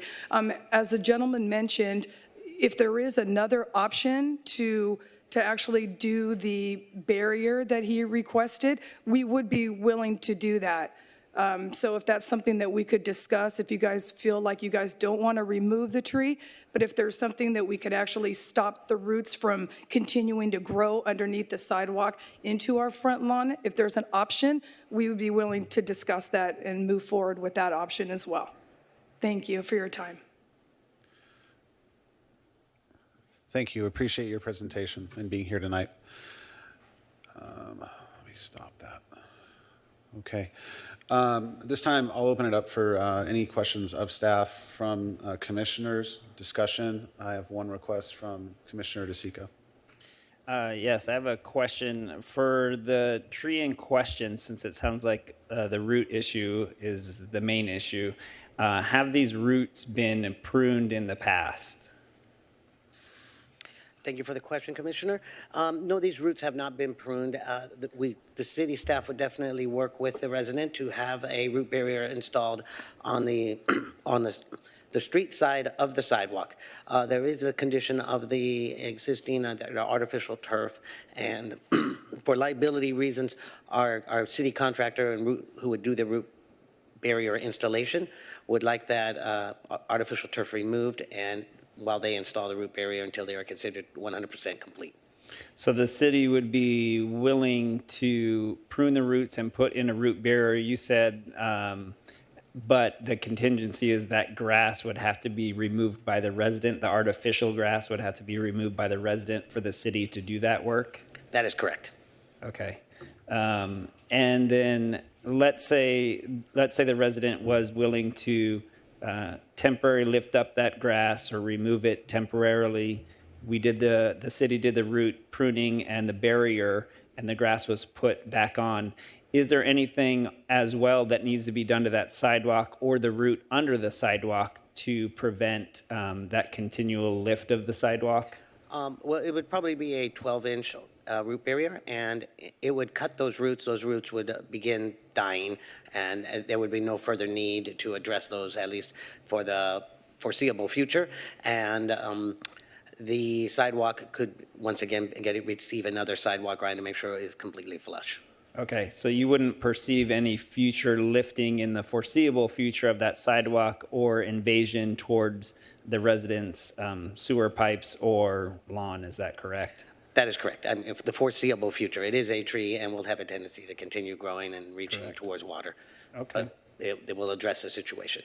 Okay, I think that's all the questions I have. Thank you. I have a request from Commissioner Rutherford. Thank you, Chair. Just wanted to quickly ask, the staff recommendation is to deny. Director, could you just explain that recommendation and why you arrived at that recommendation? Well, due to the size of this tree, it is not creating a significant infrastructure problem or a health and safety risk. I understand that it is lifting the sidewalk a little, but as you've seen throughout the city in your time here on the commission, that we have issues like this that have to be taken. Each individual has to be evaluated, and what our investigation and inspections determined here. It's not, the water flow and the curb is fine. The lift in the sidewalk is minimal, not meeting any sort of a liability or putting us at any significant liability on that. And the tree itself, the diameter gives us the option of installing a root barrier at this time, where if the tree was significantly larger, that would not be a good alternative. Gotcha. So you said this is a health and safety risk. No, I said this was determined not to be a Not health and to be safety. Yeah, this is not a Category 1 or a Category 2. This would be, if it was, the commission deemed to remove the tree, it would be considered a Category 3 or Category 4, which are lowest on the health and safety or city infrastructure considerations. Thank you. Seeing no other requests in queue, I'd like to make a motion to deny the request as recommended by staff and invite the applicant to work with staff on alternate remediations.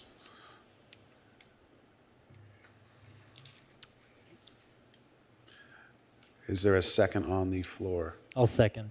Okay. Is there any discussion? If not, we'll call for the question. Is it working? Okay.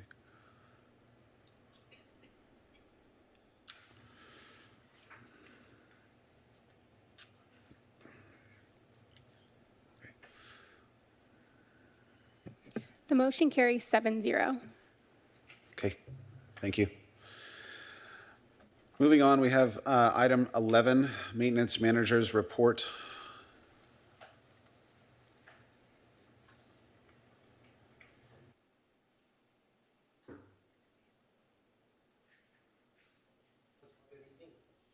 Once more, good evening, Commissioners. This is just going to be a brief update on some of the items. Winter is kind of our slow season when we are doing more cleaning and maintenance of city structures, but also it is a November. As soon as Thanksgiving completes, maintenance services goes heavily, as well as community service, into the preparations for the Snoopy House extravaganza we have here at City Hall. Here we go. There's some pictures of the guys.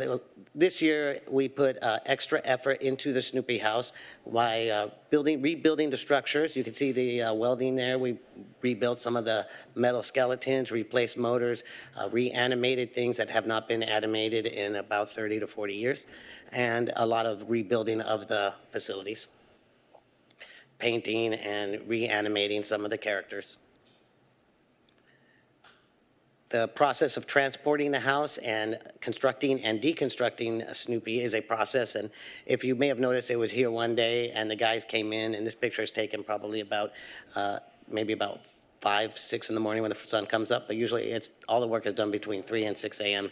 to try not to inconvenience the daily operations of City Hall. And you can see here it's in the process, and there it is when it's lit up, and that looks like Lee Chalkley enjoying something in the in the Christmas lights. Bike rack installations.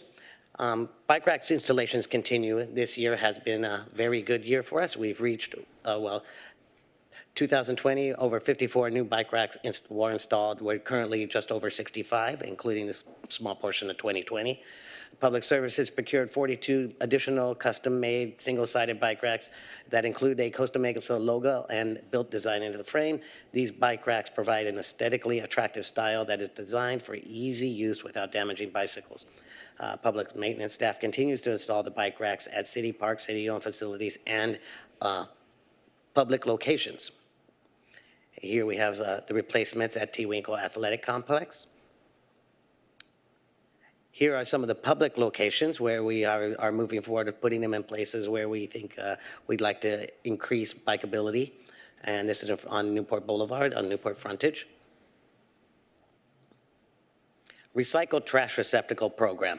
This was a part of a grant program that we received last year, and we received the trash cans and have begun installing trash cans at city parks. Here are some of the city received $20,000 in grant funds at the end of fiscal year 18-19, and the 20 newly acquired recycling receptacles are being installed throughout the city. And here we have Fairview Park was recently completed, as was City Hall Park. Here's a before and after, so you can see the improvement aesthetically, as well as adding a recycling bin that we hopefully will be used and benefit the city as well as the environment. T-Winkle Athletic Complex dugout shade replacement. The Tewinkle athletic dugout shade covers had become very worn, damaged, and were not providing sufficient sun or weather protection. And here you can see the before and after. Estancia Park steps. That is the steps that lead up to the adobe. There was some work done there where we replaced the deteriorating non-slip surface with a new non-skid strips. And there's a before and after, the condition, how poorly they had faded over time. Wimbledon Park, there was a broken bench that had been repaired. And there you can just see a little before and after of what the guys had done. Going around the city, I just want to kind of put this in there, that all throughout winter, the guys take the time, maintenance crews are out, next one, out there repairing small items that are kind of deferred during the busy time of the year when everybody's out doing concrete. And so Shalimar Park, there was a broken item that was replaced. And you can see there that unfortunately we could not salvage the cannon. Mesa Verde, they had some tiles around the bases. Those had become loose and damaged. They were put in aesthetically, but they got cracked and broken, so they were all replaced and new concrete footings were put in there.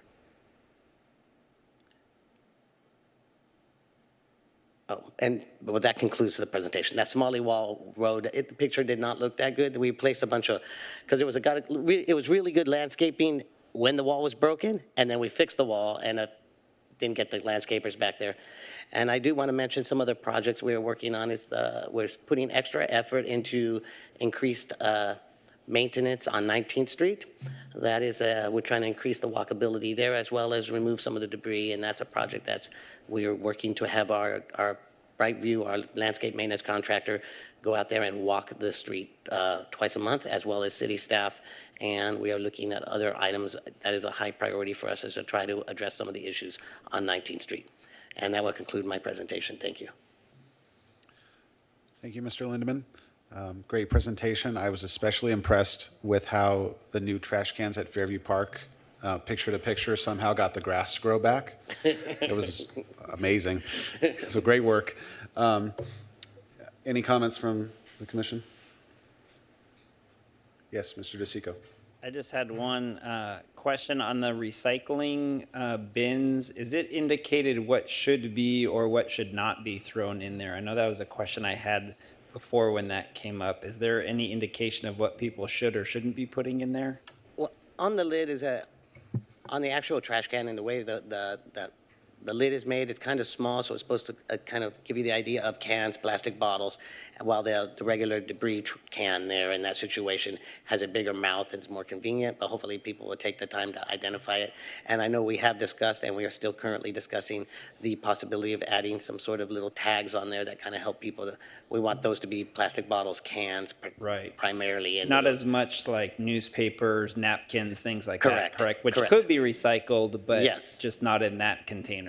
Yes, at this time, we're just going with the dual bins and seeing how that is working. That'd be a 3-bin process. Correct. Which we have implemented in actual city facilities in our buildings. Okay, yeah, that'd be great if there was some signage to indicate what they should or shouldn't. That probably city staff would appreciate, not having to go through that as well. Correct. And sort that. Correct. Thank you. Appreciate the comments and the presentation. At this time, let's move on to item number 12, the Parks and Community Service Director's Report.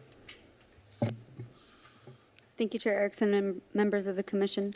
As you likely have noticed, the Winter Recreation Guide was delivered to residents and facilities several weeks ago and features hundreds of offerings for participants of all ages. And a lot of the stuff that I'll touch base on, you saw the conclusion of that in the fall 2019 presentation. As school started back after the winter holiday break, so did the ROCKS program. Nearly 1,000 youth are currently registered for the program at just halfway through the school year, and this total remains a very strong number. Our LEAP program, which, as mentioned earlier, is geared for ages 3 to 5, and it continues to remain at full capacity with a total of 80 children registered. The Youth Sports and Fitness program began earlier this month with co-ed basketball and cheer, with nearly 230 first through 8th graders registered for the program. The mobile recreation program, the mobile recreation program has been busy in neighborhoods and at special events during the winter season. Recent locations have included Shelmar Drive, Jordan Park neighborhood, Fillmore Way neighborhood, Lions Park Event Lawn, and Wacom Park. More than 300 children enjoyed this traveling recreational vehicle during the cooler weather, and as brought up earlier by Commissioner DeSico, we'll continue to explore other neighborhoods where we can take the traveling recreational vehicle. The Downtown Aquatic Center continues to have dedicated open and lap swimmers, which dominates the pool use during this time of year. Staff are working to complete the spring calendar of aquatic class offerings and work during the winter months to complete their certifications and mandatory training. So they take this opportunity to do all of that when there are less class offerings. Pickleballers continue to bring new friends, and to help meet the request and interest in the growing sport, an additional day of play will be held at the Downtown Recreation Center on Fridays, while staff look for additional opportunities to increase play in the area, both indoor and outdoor. The city's team program has remained busy with nearly 200 registered for participation in the teen centers. Our President's Week camp is more than halfway full, with 30 campers currently enrolled for the program, and that's coming up in February. The Senior Center continues to have a robust membership base with more than 2,700 members. Seniors had the opportunity to enjoy new types of celebrations this past December, as mentioned earlier, including the traditional Breakfast with Santa event, where nearly 200 seniors enjoyed a delicious breakfast. And then celebrations continued thanks to our very own Senior Commissioner, Charlene Ashendorf, who helped with a special Hanukkah event. The arts continue to be well represented at City Hall and other facilities, as the galleries were recently updated. The Youth Art Gallery, featured on the first floor of City Hall, is currently showcasing work from Save Our Youth. On the 5th floor at City Hall, visitors can enjoy the artwork of Costa Mesa artist Barbara Owens, while the exhibit at the Senior Center is currently featuring artwork from local Costa Mesa artist Kathy Warren. As we head into the springtime, we'll be looking to bring forward a few items before the Commission, as I had mentioned earlier. In the queue and in the form of a study session, the Streetscapes and Median Development Standards is tentatively scheduled for March. In April, staff will bring forth their findings and evaluation after hosting several public engagement meetings with various groups, including Flyfield users, and seek direction for action on the value of the city's partnership with HSS and the compatibility of all Flyfield activity with the plan for Fairview Park and Measure AA. Per the Commission's request, we'll be bringing forth a comprehensive overview and comparison of the existing municipal code 1253 as it relates to permitting of groups 10 or more. And then in regard to the skate park update, to address this topic, I mentioned earlier, both the Parks and Community Services Department and Public Services staff are working to schedule meetings with stakeholders. So Commissioner Fay, as a liaison for the skate park, will be included in those. And then as we progress, we'll make sure that we continue to keep the Commission apprised of that engagement and community outreach. And then continue to look forward, the Parks and Recreation Open Master Plan will be discussed by the City Council during a study session in April. Along similar lines, staff are also looking for viable funding sources and the feasibility of reallocating department funding for the 2021 fiscal year to help fund the Arts and Culture Master Plan, which will be presented to the City Council for final approval in the future. And finally, our animal care services staff, along with our animal shelter and adoption service providers, saw nearly 100 animals come through our city animal system during the months of November and December, with 98 total adoptions during the 2-month period. Additionally, a total of 21 animals were successfully returned to their owner. As we look forward to the spring in just a few weeks, I'd like to take this opportunity to remind everyone to keep dogs on a leash while visiting our parks. Similarly, we remind everyone to license their dogs. And to help us understand the importance of licensing your dog, we have a short video of our Paws 101 series, which features the Animal Services Committee Chair, Becca Walls. I'd like to take a few short minutes to share this video with the Commission.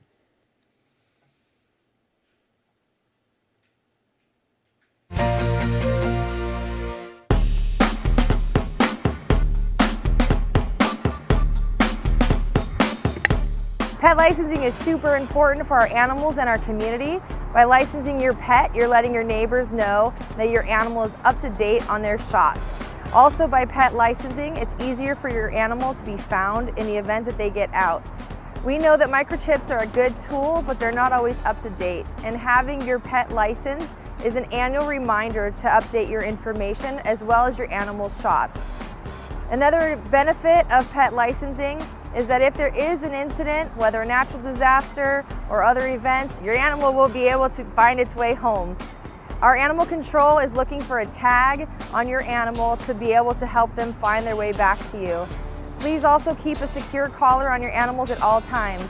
Natural disasters usually happen when we least expect them, and so having your animal's license or collar in a drawer or somewhere not on your animal doesn't do them any good. Now most of Costa Mesa's animal licensing is done online. You can visit the Costa Mesa website at costamesaca.gov and look for pets. There you'll find all the information on how to get your animal license as well as your renewal. You can even upload your rabies certificate and spay and neuter certificate so that your license is at a discounted cost. If you get your animal license online, every year you'll get an annual reminder email telling you that it's time to renew your license. It makes it that simple. You can pay by credit card online. If you can only pay cash, you can go to the city hall and pay for it there as well. So remember to license your animal. It's important to be a good neighbor, to let everybody know that your animal does have all their shots, they are up to date, as well as to help your friend return home in the event that they do get out or a natural disaster.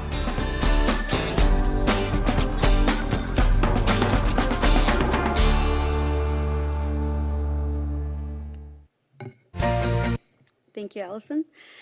This concludes my presentation, and I'm available to answer questions. Thank you, Ms. Aguilar. We have a couple questions in queue. We'll start with Commissioner Fay. I'd just like to request that we always have a great video like that at the end of your presentation. That was excellent. Thank you. Commissioner Fay, you know, I actually realized after a few meetings that Bruce was making me look bad with his presentation, so that was my stitch effort to combat that. Well played. Commissioner Ashendorf.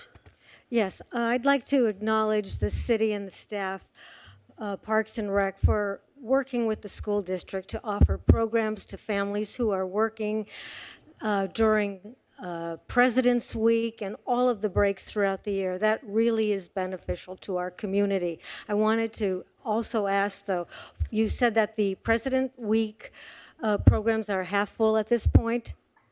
And do you do outreach with the school district? How do you distribute flyers or information? Yes, so we're about halfway full. We have capacity of 50 for that camp, and we reach out mostly to our ROCKS program participants because those are the kids I use. So we have about 1,000 children in that program, so the likelihood is that the camps do fill out.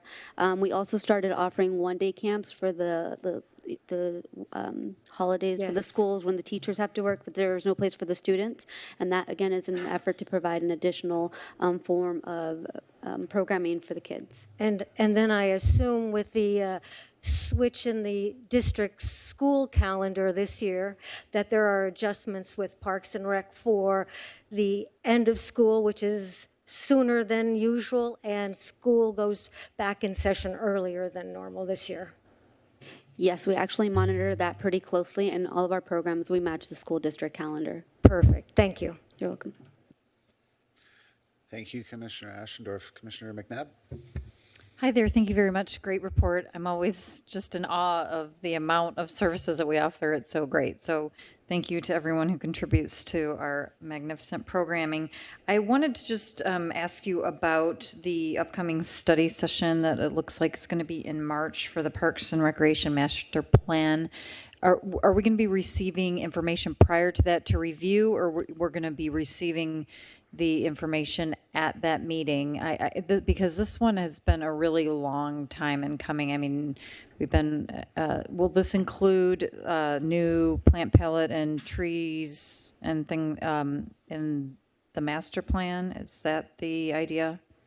So the intent, we actually had a study session the last time. It wasn't approved by the commission, but because it's been so long, we wanted to bring back that same plan for the streetscapes medians development standards. So you will get that information ahead of time to have the opportunity to review the material. Okay, and does that include the trees, like the plant palette and the tree palette? It does. It does, yes. And so, because there are likely going to be additional changes. Some of the trees I think that we have approved in the past are now not necessarily going to be used moving forward. Correct. That is correct. Many of the trees that are currently on the acceptable tree list will be being removed or reevaluated when we bring the proposed streetscape standards and medians to you Okay, for your review. fantastic. Thank you very much. That concludes my questions. Okay. Fantastic. Well, seeing no one else requesting to speak in queue, I'd like to thank city staff for all their hard work and everyone in the public for participating, commissioners for being here, and I'd like to adjourn the meeting at this time, 8:15 p.m. Thank you. All right. February 20th.